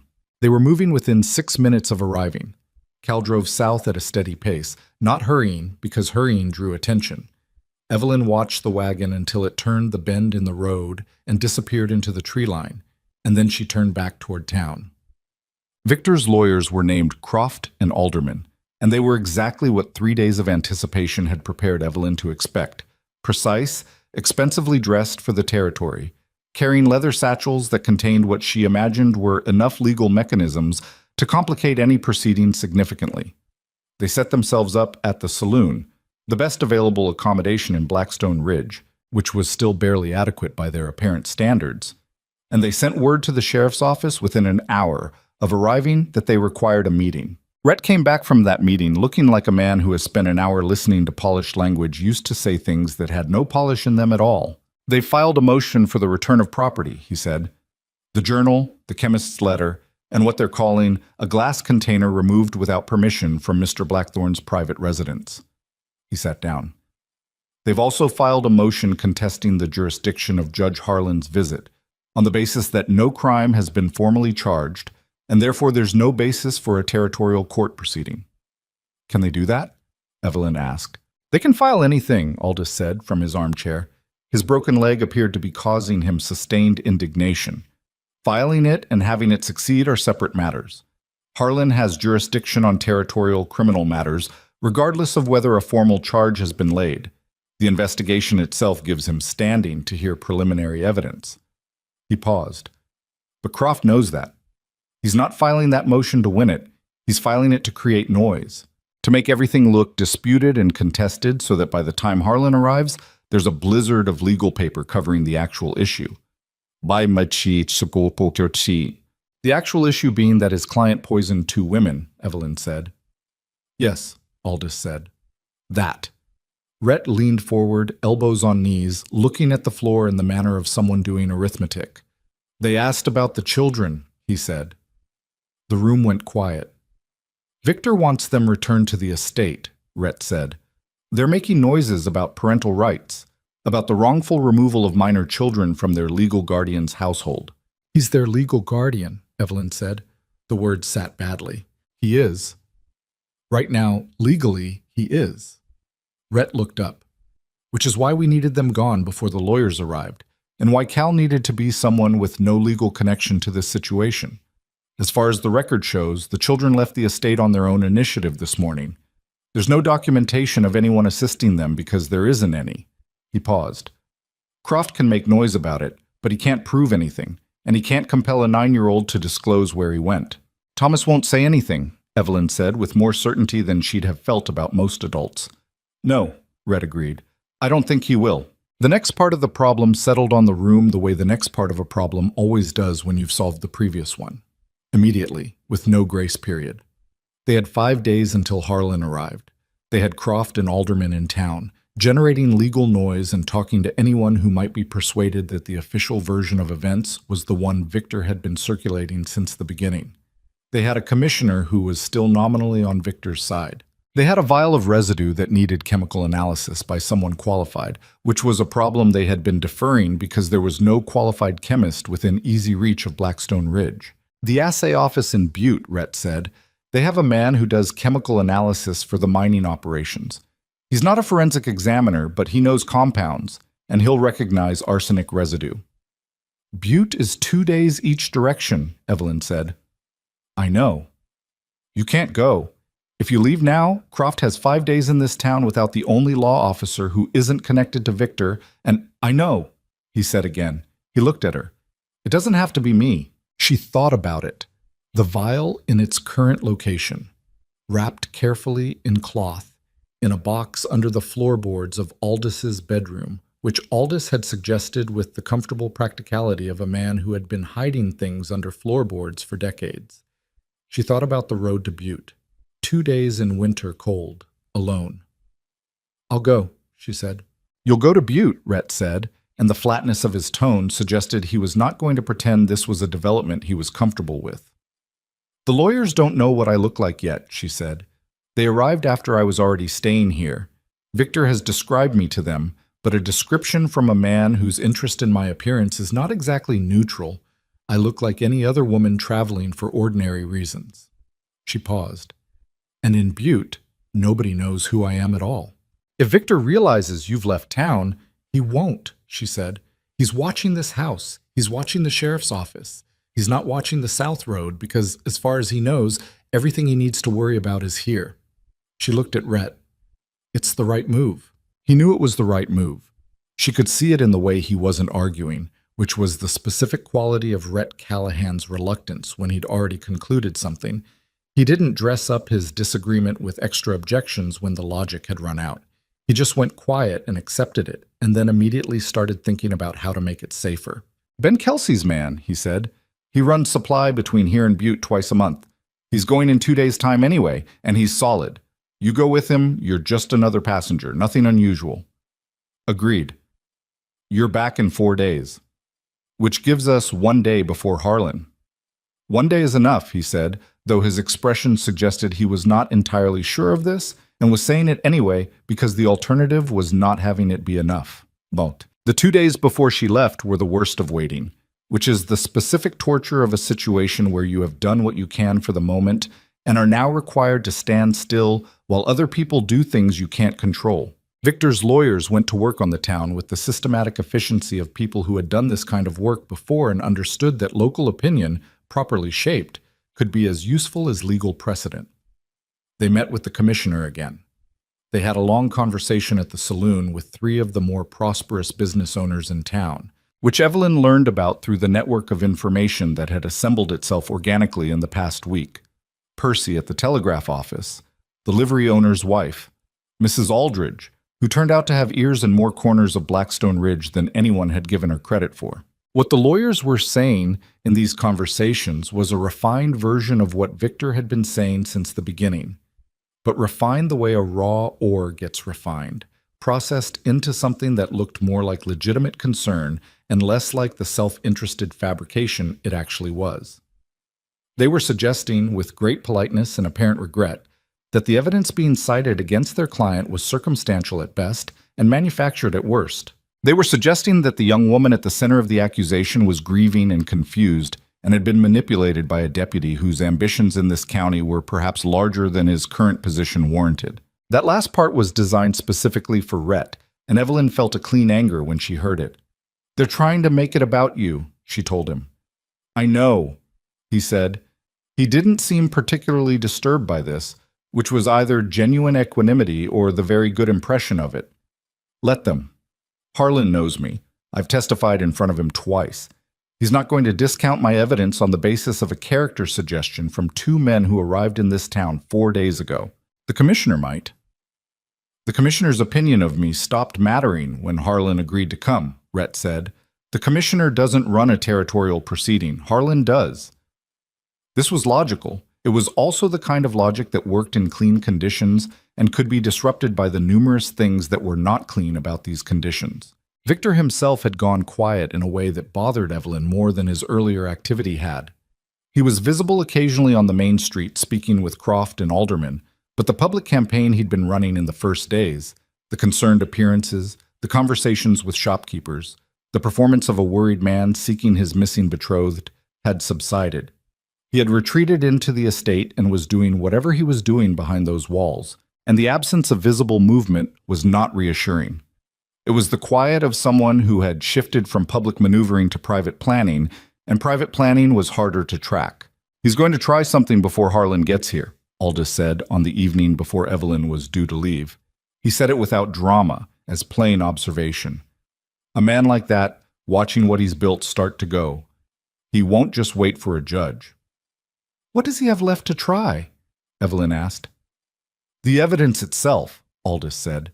"If he can't recover it through legal means, he may try other means. And the witnesses." He looked at Rhett. "Decker needs more than a fence post." Rhett had arranged for Ben Kelsey to send 2 of his ranch hands to stay at Decker's property for the remainder of the week. Large, reliable men who had no particular connection to Victor and no reason to be intimidated by him. Decker had accepted this with the expression of a man who had already had his fence post moment and was grateful for reinforcement without being willing to say so directly. Mrs. Dodd had not been heard from since the morning the children left. The estate had closed around her again, its ordinary-looking surface restored, nothing visible from outside to suggest anything unusual was happening within. Evelyn thought about her every day, about the decision she'd made at the kitchen door, 7 words, and what it was costing her to continue existing inside that house while the world outside it shifted. She left for Butte on a cold, clear morning, tucked into the supply wagon beside a taciturn man named Wade, who asked her 0 questions about her destination or purpose, and spent most of the 2-day journey either driving in silence or sleeping at the way stations with the reliable unconsciousness of someone who had learned to sleep whenever sleep was available. The vial was in her satchel, wrapped in 2 layers of cloth and nested in a tin box she'd borrowed from Nora's kitchen. She kept the satchel on her lap for the entire journey. The assay office in Butte was a plain building run by a man named Greaves, who had the distracted, slightly ink-stained quality of someone who spent most of his time in the company of chemical compounds rather than people. He received her with the mild, professional attention of someone accustomed to unusual requests from the mining territory. She told him she needed the residue in the vial analyzed and identified, and she told him why she needed it quickly. He looked at her. He looked at the vial. He looked at her again. "This is for a court proceeding," he said. "Not a question." "Yes." He held the vial up to the light in the window, which was what Rhett had done when he'd first seen it, and Evelyn found herself thinking that this was what evidence looked like in the hands of people doing their jobs. Not dramatic, not certain, just a careful, serious act of looking. "I can have it analyzed by morning," Greaves said, "and I can put my findings in writing on official assay office letterhead, which carries evidentiary weight in territorial proceedings." "That's exactly what I need," she said. "If what you're describing is in this vial," he said carefully, "you understand that my findings are what they are. I don't adjust results." "I know," she said. "I'm counting on that." He worked through the night. She slept at the boarding house across the street, or tried to. She mostly lay in the dark going over the sequence of what came next, looking for the places where it could fail, trying to think past them. There were more of those places than she liked. A judge could be swayed by the blizzard of legal paper Croft had generated. A witness could back down under renewed pressure. The commissioner could file some procedural objection that delayed the proceedings long enough for Victor's lawyers to find another angle. She thought about Clara, who had done all of this alone, who had had no Rhett Callahan, no Aldous Crane, no Mrs. Aldridge with 15 years of standing in a community behind her. Clara had been alone in that house with a journal and a false-backed cabinet and a vial of tea she'd stopped drinking, trying to build a case with no tools and no allies and no way out.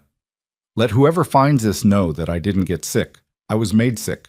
Greaves handed her the written findings at 7 in the morning. Evelyn read the document standing in his office doorway, the cold coming in from the street behind her. The language was technical, precise, the language of a man who worked with chemical compounds and understood their properties, and it said in terms that required no interpretation. The residue in the vial was consistent with a specific arsenic compound, chronic exposure to which would produce symptoms including nausea, fatigue, and respiratory distress, with a slow progression that would present clinically as a respiratory fever. She folded the document and put it in her coat next to the journal and the chemist's letter and Clara's handkerchief. She was back in Blackstone Ridge by the following evening, one day before Judge Harlan was due to arrive. She knew something had happened before Wade had stopped the wagon, because the quality of the main street was wrong. There were more people than usual for the early evening. Not a crowd, but a gathering, the kind that forms when something has occurred and people have come out to understand what it is. Rhett met her at the livery with the expression of a man managing multiple pieces of a difficult situation and had one more to add. "Mrs. Dodd," he said. "She came to the sheriff's office this afternoon." Evelyn went still. "Is she all right?" Yes. She's here." He moved, and she understood she was meant to follow. Victor tried to dismiss her this morning. He told her she was no longer needed, which is the kind of dismissal that comes with the understanding that she should leave quietly and quickly and not speak to anyone on her way out. He looked at Evelyn briefly as they walked. She didn't. The woman sitting in the chair across from Aldous' desk was the same Mrs. Dodd Evelyn knew. The same gray dress, the same practiced composure, and also different in the specific way that a person looks different when they have made a decision that has cost them something and are still standing upright. She looked older somehow, and also less guarded, as though the guard had been the expensive part and she'd decided she could no longer afford it. She looked at Evelyn when she came in, and something in her expression relaxed by a fraction. "You came back," she said. "I said I would," Evelyn said. "Yes." Mrs. Dodd looked at her hands, folded in her lap. He found that the room had been accessed. He didn't say it outright. He never says things outright. That's not how he operates. But his manner changed 3 days ago, became careful in a different way than usual. And this morning he called me in and told me my services were no longer required and that I should be packed and gone before noon. She paused. He gave me a month's wages in cash, which told me he wanted me gone quickly enough that it was worth paying for. He thought you might talk, Rhett said. He was right, she said simply.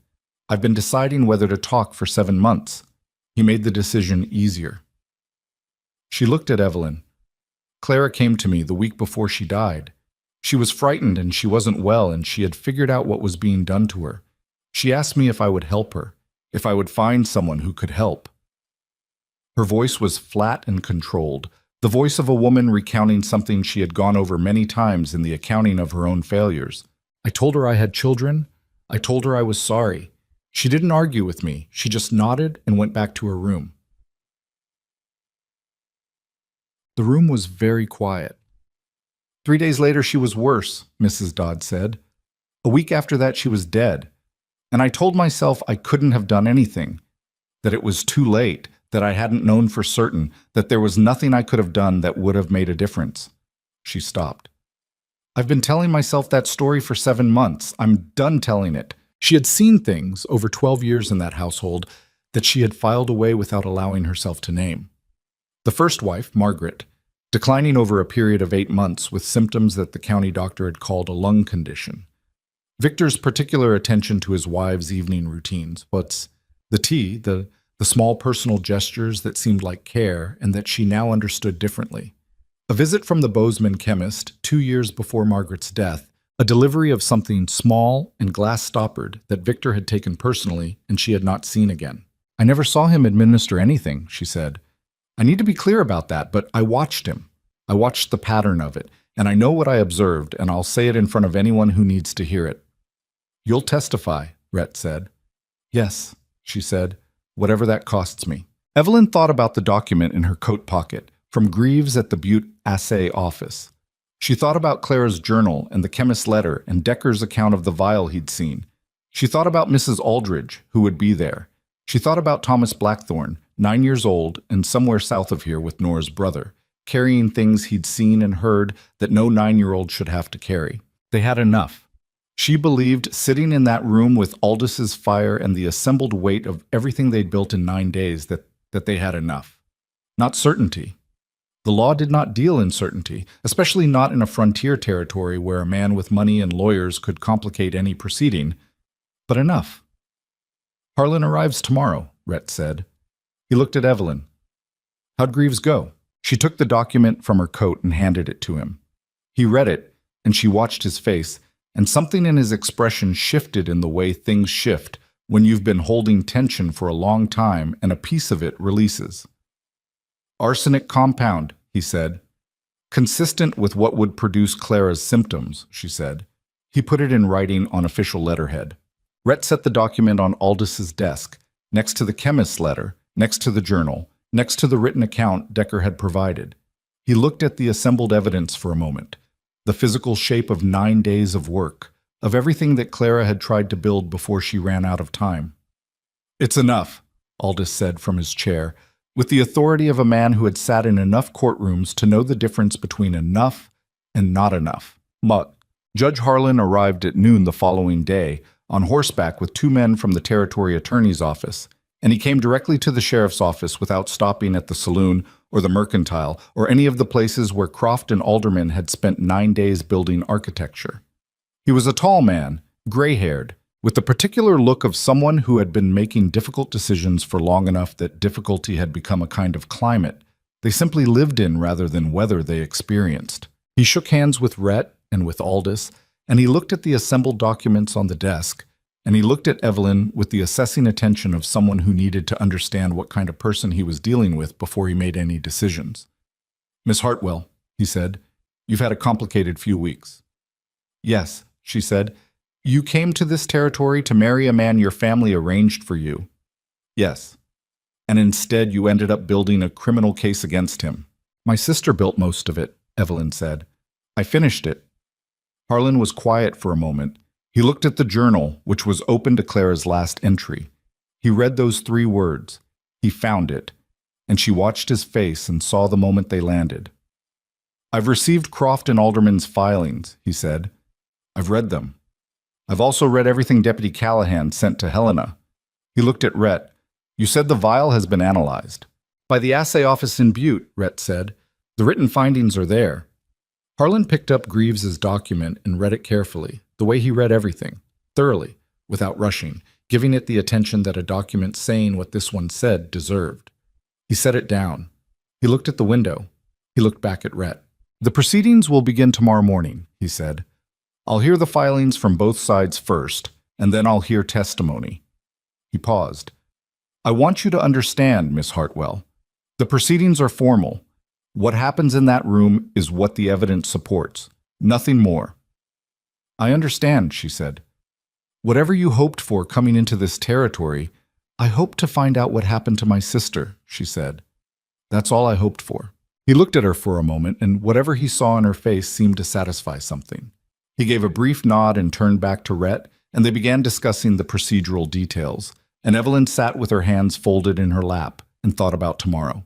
Victor Blackthorne had been untouchable in Blackstone Ridge for a decade. He had money and lawyers and a commissioner and a county doctor and years of cultivated influence in every direction. He had 2 wives in the ground and a town that had learned to be careful around him, and a story he'd been telling about Evelyn since the moment she left his estate. But he did not have the chemist's letter, which named him. He did not have the vial, which held what it held. He did not have Clara's journal, which was her voice speaking clearly from the other side of 7 months of silence. He did not have Decker's testimony, or Mrs. Dodd's testimony, or Mrs. Aldridge sitting in that schoolroom with 15 years of careful observation. He did not have Thomas, who was somewhere safe and who knew things that a 9-year-old should never have had to know, and who was, when the time came, going to tell the truth. And he did not have, Evelyn understood with a clarity that settled over her like the first cold air after a long time indoors, the thing he had counted on from the beginning, the silence of a woman who had come a long way and had no one on the outside looking for her. She was here. She had been looking from the first moment. And tomorrow, in a formal proceeding in front of a territorial judge, the town of Blackstone Ridge was finally going to have to decide what it had actually witnessed all these years and what it was going to do about it. She pressed her hand flat against her coat pocket, where the handkerchief with its small embroidered C had been since the first night. I'm still here, she said to Clara silently, the way she'd been saying it every day for 9 days. I'm still here. 1 more day. The morning of the proceeding arrived gray and cold, the kind of February sky that sits low over mountain country and doesn't move all day. Evelyn was awake before the light came, sitting at the small desk in Nora's spare room with the documents laid out in front of her. The journal, the chemist's letter, Greaves's findings from Butte. Not reading them, because she had read them enough times that the words were already part of her, but simply looking at them. The physical fact of them, the weight of what they represented. She had been in Blackstone Ridge for 26 days. It felt simultaneously like a very long time and not long at all. Not long enough, certainly, to feel prepared for what was about to happen in the single large room above the mercantile that served as Blackstone Ridge's closest approximation of a courtroom. But ready and prepared were different things, and she had given up waiting to feel prepared sometime around day 12. She dressed carefully. Not to impress, she had no illusions about what this proceeding was and what it wasn't, but because the way you carried yourself in a room where your credibility was going to be questioned mattered in the same way that small, deliberate things always matter. She put Clara's handkerchief in her coat pocket. Rhett knocked at 7:30. He looked like a man who hadn't slept much but had decided not to make an issue of it. How are you? He asked. Ask me tonight, she said. He accepted that without pushing. They walked together to the building and climbed the stairs and entered the room where everything that had been building for 26 days was finally going to come to a head. The room filled quickly. Blackstone Ridge was not a large town, but it turned out almost entirely. They came in and found seats on the long wooden benches. The mercantile owner and his wife, the livery owner, Percy from the telegraph office, several of the mining crew, women Evelyn had passed on the main street and never spoken to, people she didn't recognize at all who had come from properties she'd never been to. Ben Kelsey was there, broad and steady in the back row with 2 of his ranch hands, Mrs. Aldridge sat near the front with the composed attention of someone who intended to be called on and was ready. Croft and Alderman sat at a table to the left, their leather satchels open, their papers organized with the neat precision of men who did this for a living. Victor Blackthorne sat between them, and this was the thing Evelyn had steeled herself for without entirely succeeding. Seeing him in this room with this context, after 26 days of understanding what he was. He looked, as he always looked, controlled. The silver at his temples and the good coat and the practiced ease of movement. But something had changed in the past 10 days, something around the eyes that you'd miss if you didn't know him, which most people in this room didn't. A tightness. The specific expression of a man who has spent years in a room where he controlled everything and is now sitting in one where he doesn't, and is working very hard not to show how much that costs him. He looked at Evelyn when she came in. She looked back. She held it for a moment, then looked away first, not because she was backing down, but because she was done giving him her attention without getting something useful from it. Judge Harlan called the room to order at 8 o'clock exactly. Croft went first, because Harlan gave both sides opening statements and Croft had filed more paperwork and appeared to believe that paperwork was its own form of momentum. He was a composed, professional speaker who said a great deal in careful language that amounted, stripped of its surface, to 3 arguments. That Evelyn Hartwell had removed property from a private residence without authorization, that the evidence being presented had been obtained through irregular means and should be considered accordingly, and that Victor Blackthorne was a man of demonstrated standing in this community who had done nothing more than grieve his wife and attempt to provide for his household. He said all of this without raising his voice or making any statement that could be technically characterized as a lie, which was, Evelyn had come to understand the specific skill that made men like Croft expensive. Rhett presented the response with the same directness he brought to everything. No performance, no elevated language, just the facts in the order that made them most comprehensible. The vial obtained from the private study, the chemist's letter naming Victor Blackthorne, and the compound ordered. Greaves's findings from Butte, which Harlan had already read, but which Rhett walked through carefully for the room. Clara's journal, which he did not read aloud in full but quoted from specifically, the passages that mattered, in Clara's own words. When he read the last entry, 3 words, he found it. The room was very quiet. Victor Blackthorne's expression did not change, but Croft touched his arm once, briefly, which told Evelyn that Victor's control was costing more than it appeared. Decker testified first. He sat in the chair that had been placed facing the room, and he told what he'd seen in the kitchen, the vial, the drops measured into the cup, the certainty he'd talked himself out of for 7 months. He was not a polished witness. He said, more than was ideal, and he had to backtrack once to correct a detail about the timing, and his hands on his knees were not entirely still. But he was telling the truth, and it came across the way truth does when a person has been carrying it long enough that they're relieved to put it down, with a weight to it that performance doesn't have. Croft cross-examined him with the practiced skill of someone who knew exactly which loose threads to pull. The distance from which Decker had observed, the lighting in the kitchen at that hour, whether Decker had any personal grievance against Victor Blackthorne that might color his account. Decker answered each question with the stubborn patience of a man who had made up his mind and wasn't going to be argued out of it. "You didn't report this at the time," Croft said. "No," Decker said. "Why not?" Decker looked at him. "Because I was afraid," he said. "Same reason most people in this town haven't said anything for 10 years. That man," he did not gesture, did not raise his voice, "owns the water rights for 3 properties on this side of the valley, and he has lawyers in 3 counties and a commissioner who hunts with him. I was afraid. I'm not proud of it. But I'm saying it now." The room made a sound, chassesson, not a murmur, not a gasp, something quieter than those, the sound of recognition. Mrs. Dodd testified next. She sat with her hands folded and her back straight, and she said what she'd seen in 12 years, carefully and completely, without embellishment and without softening. She described Margaret's decline. She described Victor's particular attention to the evening tea routine with both wives. She described Clara coming to her a week before she died, frightened and sick, asking for help. And she described what she'd said in response. And she said it the same way she'd said it to Evelyn in Aldous' kitchen, plainly, without excusing herself. "I told her I couldn't help her," she said. "That was wrong. I have to live with it." She paused. "I can't undo it. I can tell what I know now, and I can do that, so I'm doing it." The room was very still. Croft was more careful with Mrs. Dodd than he'd been with Decker. He understood she was a more damaging witness, and he approached her with the specific caution of someone diffusing something they're not certain about. He questioned the reliability of 12-year-old observations. He questioned whether declining health could have various explanations. He was not rude. He was relentlessly professionally skeptical. Mrs. Dodd answered every question with the same even voice. She did not become uncertain. She had arrived at this moment after 7 months of deciding, and there was nothing left in her to be shaken by a man with a leather satchel. Mrs. Aldridge testified to Thomas's changed behavior in the schoolroom, the flinching, the particular silence when certain subjects arose, the timeline of when it began. She testified to Clara visiting her 4 months before her death, frightened and roundabout, and what she'd said in response, and what she wished she'd said.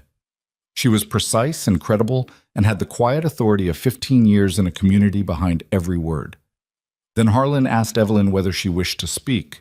She had thought about this carefully. She was not a neutral witness. She was Clara's sister. She was the woman who had taken the journal and the chemist's letter from the estate. She was the person around whom Victor's narrative of instability had been constructed.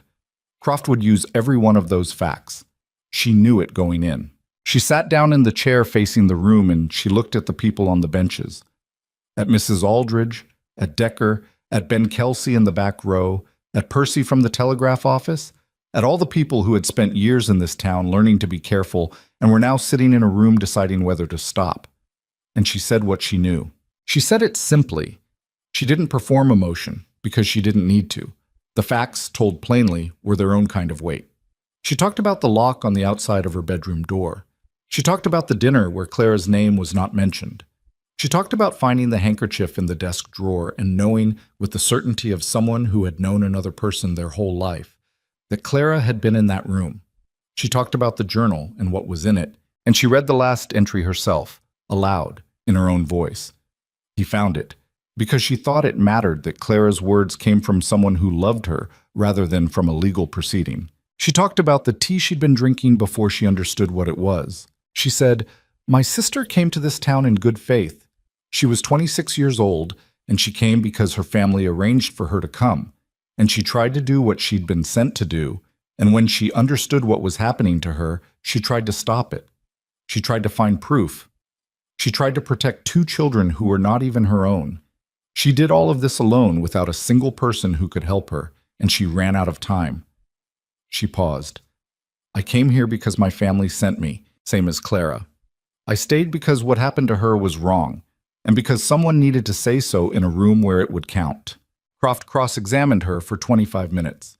He was thorough, and he was skilled, and he landed some points.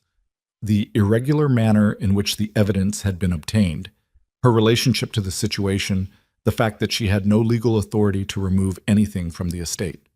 She answered each question honestly, including the ones that were uncomfortable, because she had decided before she sat down that the only way through this was the truth told completely, even the parts of it that worked against her. When he asked whether she believed she had been objective in her assessment of Victor Blackthorne, given her personal circumstances, she said, "No. I believe from early on that he had killed my sister. I want the court to know that. I also want the court to know that I brought you physical evidence analyzed by an independent chemist, testimony from multiple witnesses with no connection to each other, and a written record in my sister's own hand, because I understood that what I believed was not sufficient. Evidence is what matters, so I went and found it." Croft had nothing to add to that.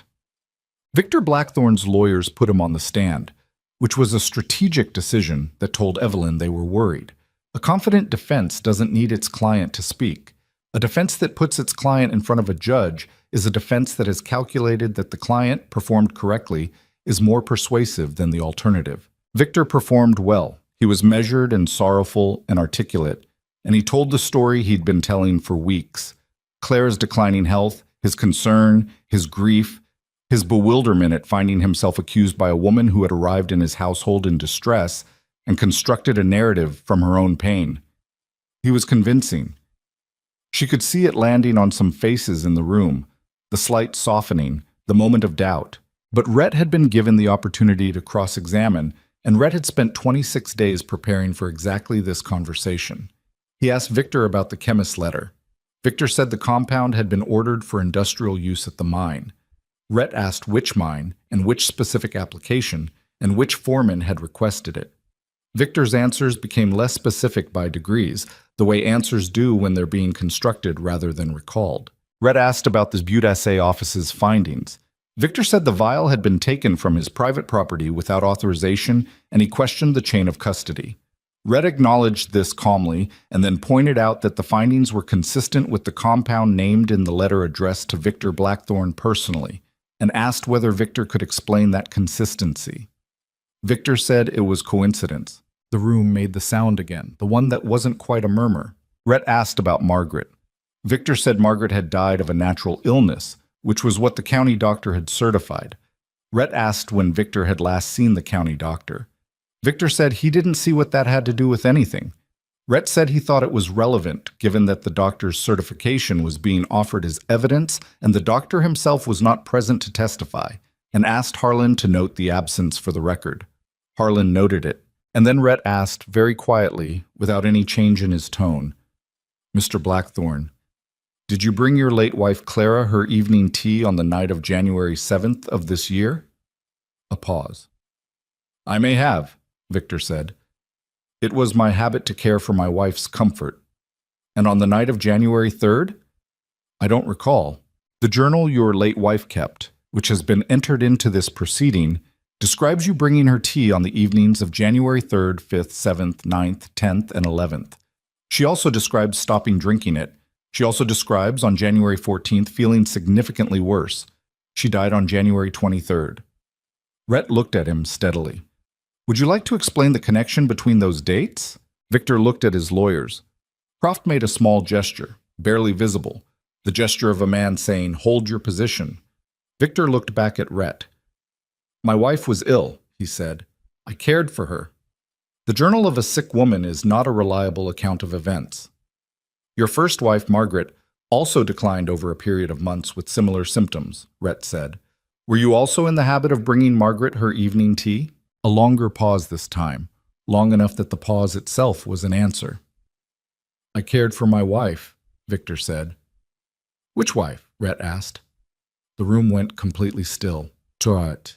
Harlan deliberated for 4 hours, which was not unusual for a proceeding of this complexity, and which Evelyn spent mostly in Aldous' kitchen, sitting with Nora and Mrs. Dodd and saying very little. There was nothing left to say. Everything that could be done had been done. The rest was Harlan's. She thought about the nature of waiting, about how it was always the worst part, not because the outcome was uncertain, though it was, but because waiting required you to stop doing anything and simply exist in the space between what you'd built and what would happen to it. She had been moving for 26 days. Stopping felt almost physical, like putting down something very heavy. Nora made coffee. Mrs. Dodd held her cup in both hands and looked at the table. Aldous dozed in his armchair, or appeared to, though Evelyn suspected he was not actually asleep. Rhett came in after 2 hours, sat down, and did not speak for a long time. "Whatever happens," he said finally, not looking at anyone in particular, "what you built in there, that doesn't disappear regardless of the outcome. The town saw it, they heard it. That's not nothing." "No," Evelyn agreed. "It's not nothing." He looked at her then, and there was something in his face that had nothing to do with the proceeding, something quieter and more complicated that had been building for 26 days in the specific way that things build when people go through something difficult together and come out the other side changed by the going through. She didn't know yet what to do with it. She thought she probably didn't need to know today. The word came at 4:30. Harlan's verdict was not dramatic in its delivery. He read it from his notes in the measured language of a territorial court, and what it said was this: that the evidence presented constituted sufficient grounds for formal criminal charges against Victor Blackthorne on 2 counts of murder in the first degree, 1 count pertaining to Clara Hartwell Blackthorne and 1 pertaining to Margaret Elise Blackthorne, that he would be held pending transfer to the territorial prison facility in Helena to await trial, that the motion for return of property was denied. Victor Blackthorne, upon hearing this, said nothing. He sat very still for a moment, the practiced stillness of a man managing something that threatened to be unmanageable. And then he stood when the territorial men came for him, and he allowed himself to be led from the room, and he did not look at Evelyn. She did not look away. The room let out a collective breath that it had been holding for varying lengths of time. Some people for the past hour, some for considerably longer. She heard several people crying, which she had not expected, and which undid something in her chest that she hadn't known was still held tight. Ben Kelsey, in the back row, exhaled, and stared at the ceiling. Mrs. Aldridge sat with her hands pressed flat on her knees and her eyes closed. Rhett beside Evelyn said nothing. He looked at the space where Victor had been, and then he looked at her, and she looked back. And they sat in the quiet aftermath of something that had required everything they had and let it be quiet for a moment. The weeks that followed were administrative in the way that aftermath always is. Unglamorous, slow, full of paperwork and decisions and logistical problems that didn't have the urgency of crisis to make them feel important. The mining operation passed into receivership pending legal resolution. The county commissioner resigned under pressure, which was the most efficient way for the situation to resolve itself and also the most cowardly. But Evelyn had run out of appetite for fighting every battle simultaneously. The county doctor quietly declined to renew his practice in Blackstone Ridge, which told its own story without requiring anyone to name it. Nora's brother Cal brought Thomas and Lily back 3 weeks after the verdict. Evelyn was at Aldis's house when the wagon came down the road, and she went out to meet it, and Lily came off the wagon the same way she'd said goodbye in the cold that morning.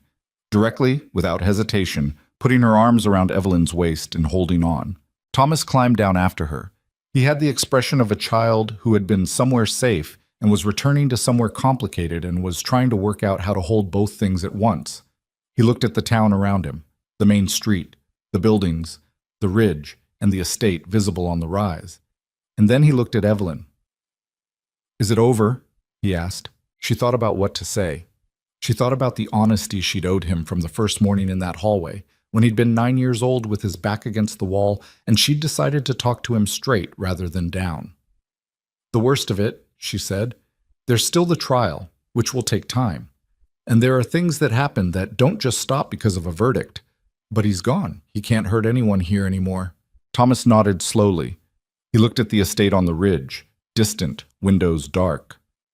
"I don't want to go back there," he said. "You don't have to," she said. "Ever." "Where do we go?" She had been working this out for 3 weeks, with Aldis and Nora and Rhett, with a lawyer from Helena who handled the guardianship paperwork, with the particular grinding patience of someone building something practical rather than dramatic. The estate and its assets would eventually be adjudicated. The children's welfare required a decision that didn't wait for that. "There's a ranch," she said, "about 15 miles east in a valley past the second ridge. I've been looking at it." She paused. "It needs work. A lot of work. The house is sound, but it's small and the fences want fixing, and the whole south pasture needs attention." She looked at him. "But it's clean. Nobody's history is in it." Thomas looked at her. Something in his careful eyes shifting, the calculation that had been his primary defense mechanism working through this new information and arriving at something. "Will you be there?" he asked. "Yes," she said. Lily looked up from where her face was still pressed against Evelyn's coat. "What about the man?" she said. "The one with the badge." Evelyn felt her face do something she couldn't entirely control. "His name is Rhett," she said. "You can ask him yourself." "But..."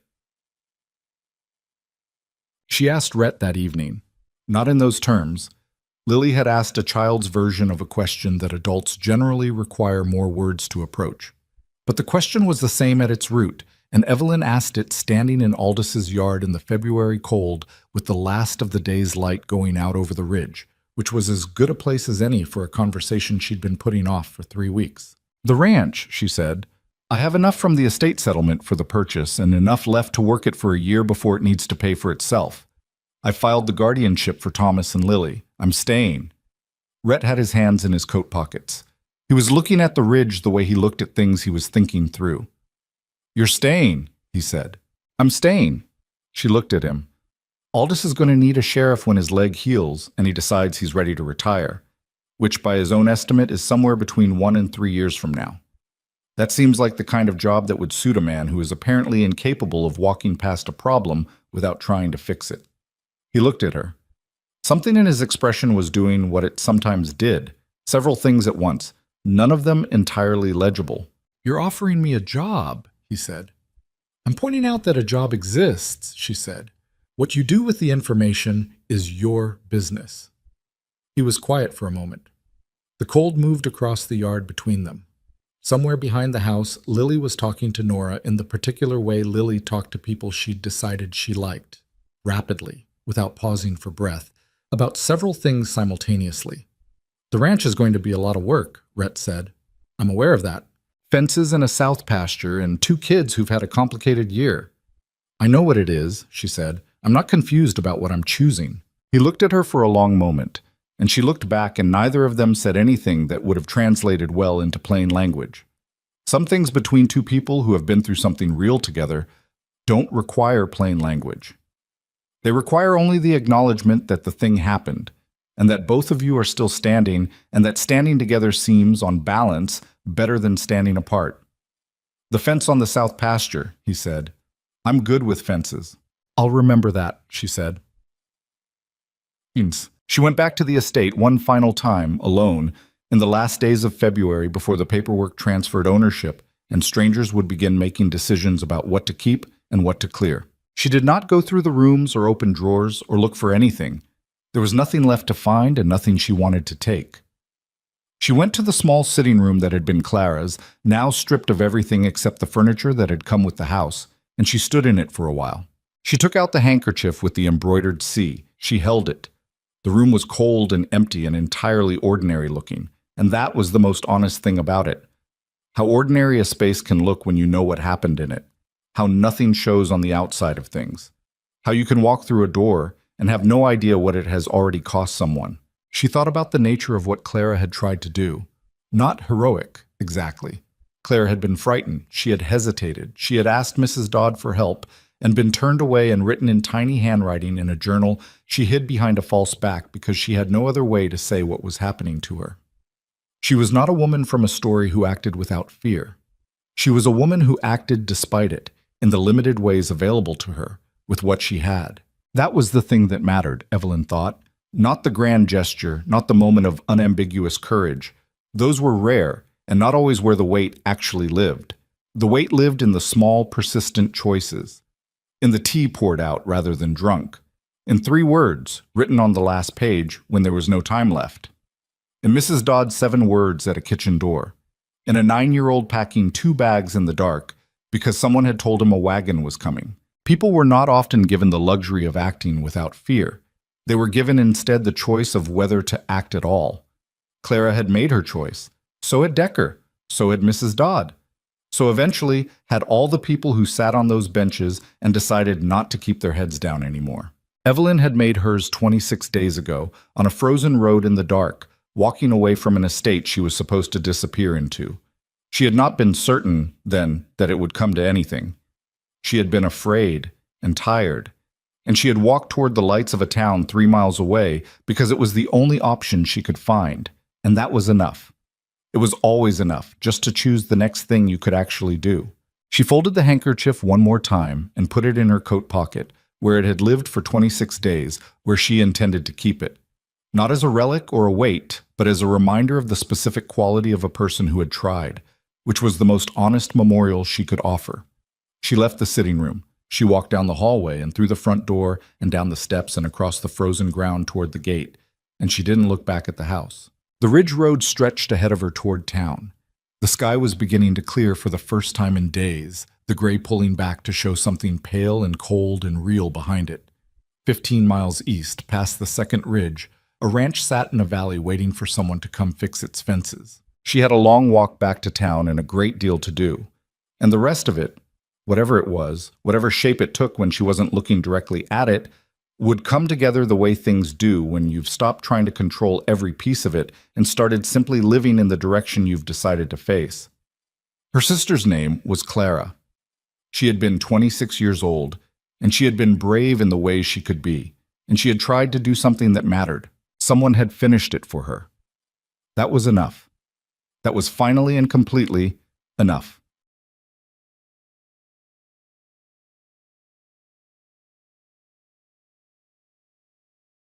Fried beans with koti. Oh my gosh, I always pronounce this word. But anyway, that cheese that's like really popular. Um it's like a crumbly cheese. And then it comes with like a little salad and also some rice. Oh, it's so freaking good. Not feta. It's like a feta, but it's like Mexico. And other, I believe it's another. It's called cotija cheese. Am I pronouncing that right? Is on my list of things to try to make at home. Yes, right? I wouldn't call it counter feta. Everyone is just raiding tonight. What the heck, man? Hello, anchored albatross. How's it going? Welcome in. Ark Nuke. Hello. It's a pirate. It's a pyro pirate and Vive in here with their scurvy scalavigs for a raid from the anchored albatross. Hide your booty. Hello.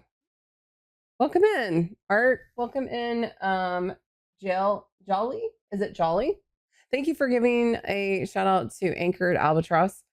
All raids lead to Maz. Let's go. Right? Apparently tonight it is. But yeah, welcome in. How was your raid? How was your raid? I'm on another planet apparently. How was your stream, Albatross? I hope you had a good one. What did you get up to tonight? Hi. Hello, hello. I hope you're doing well. Please rate your raid experience from 1 to 5. Yes.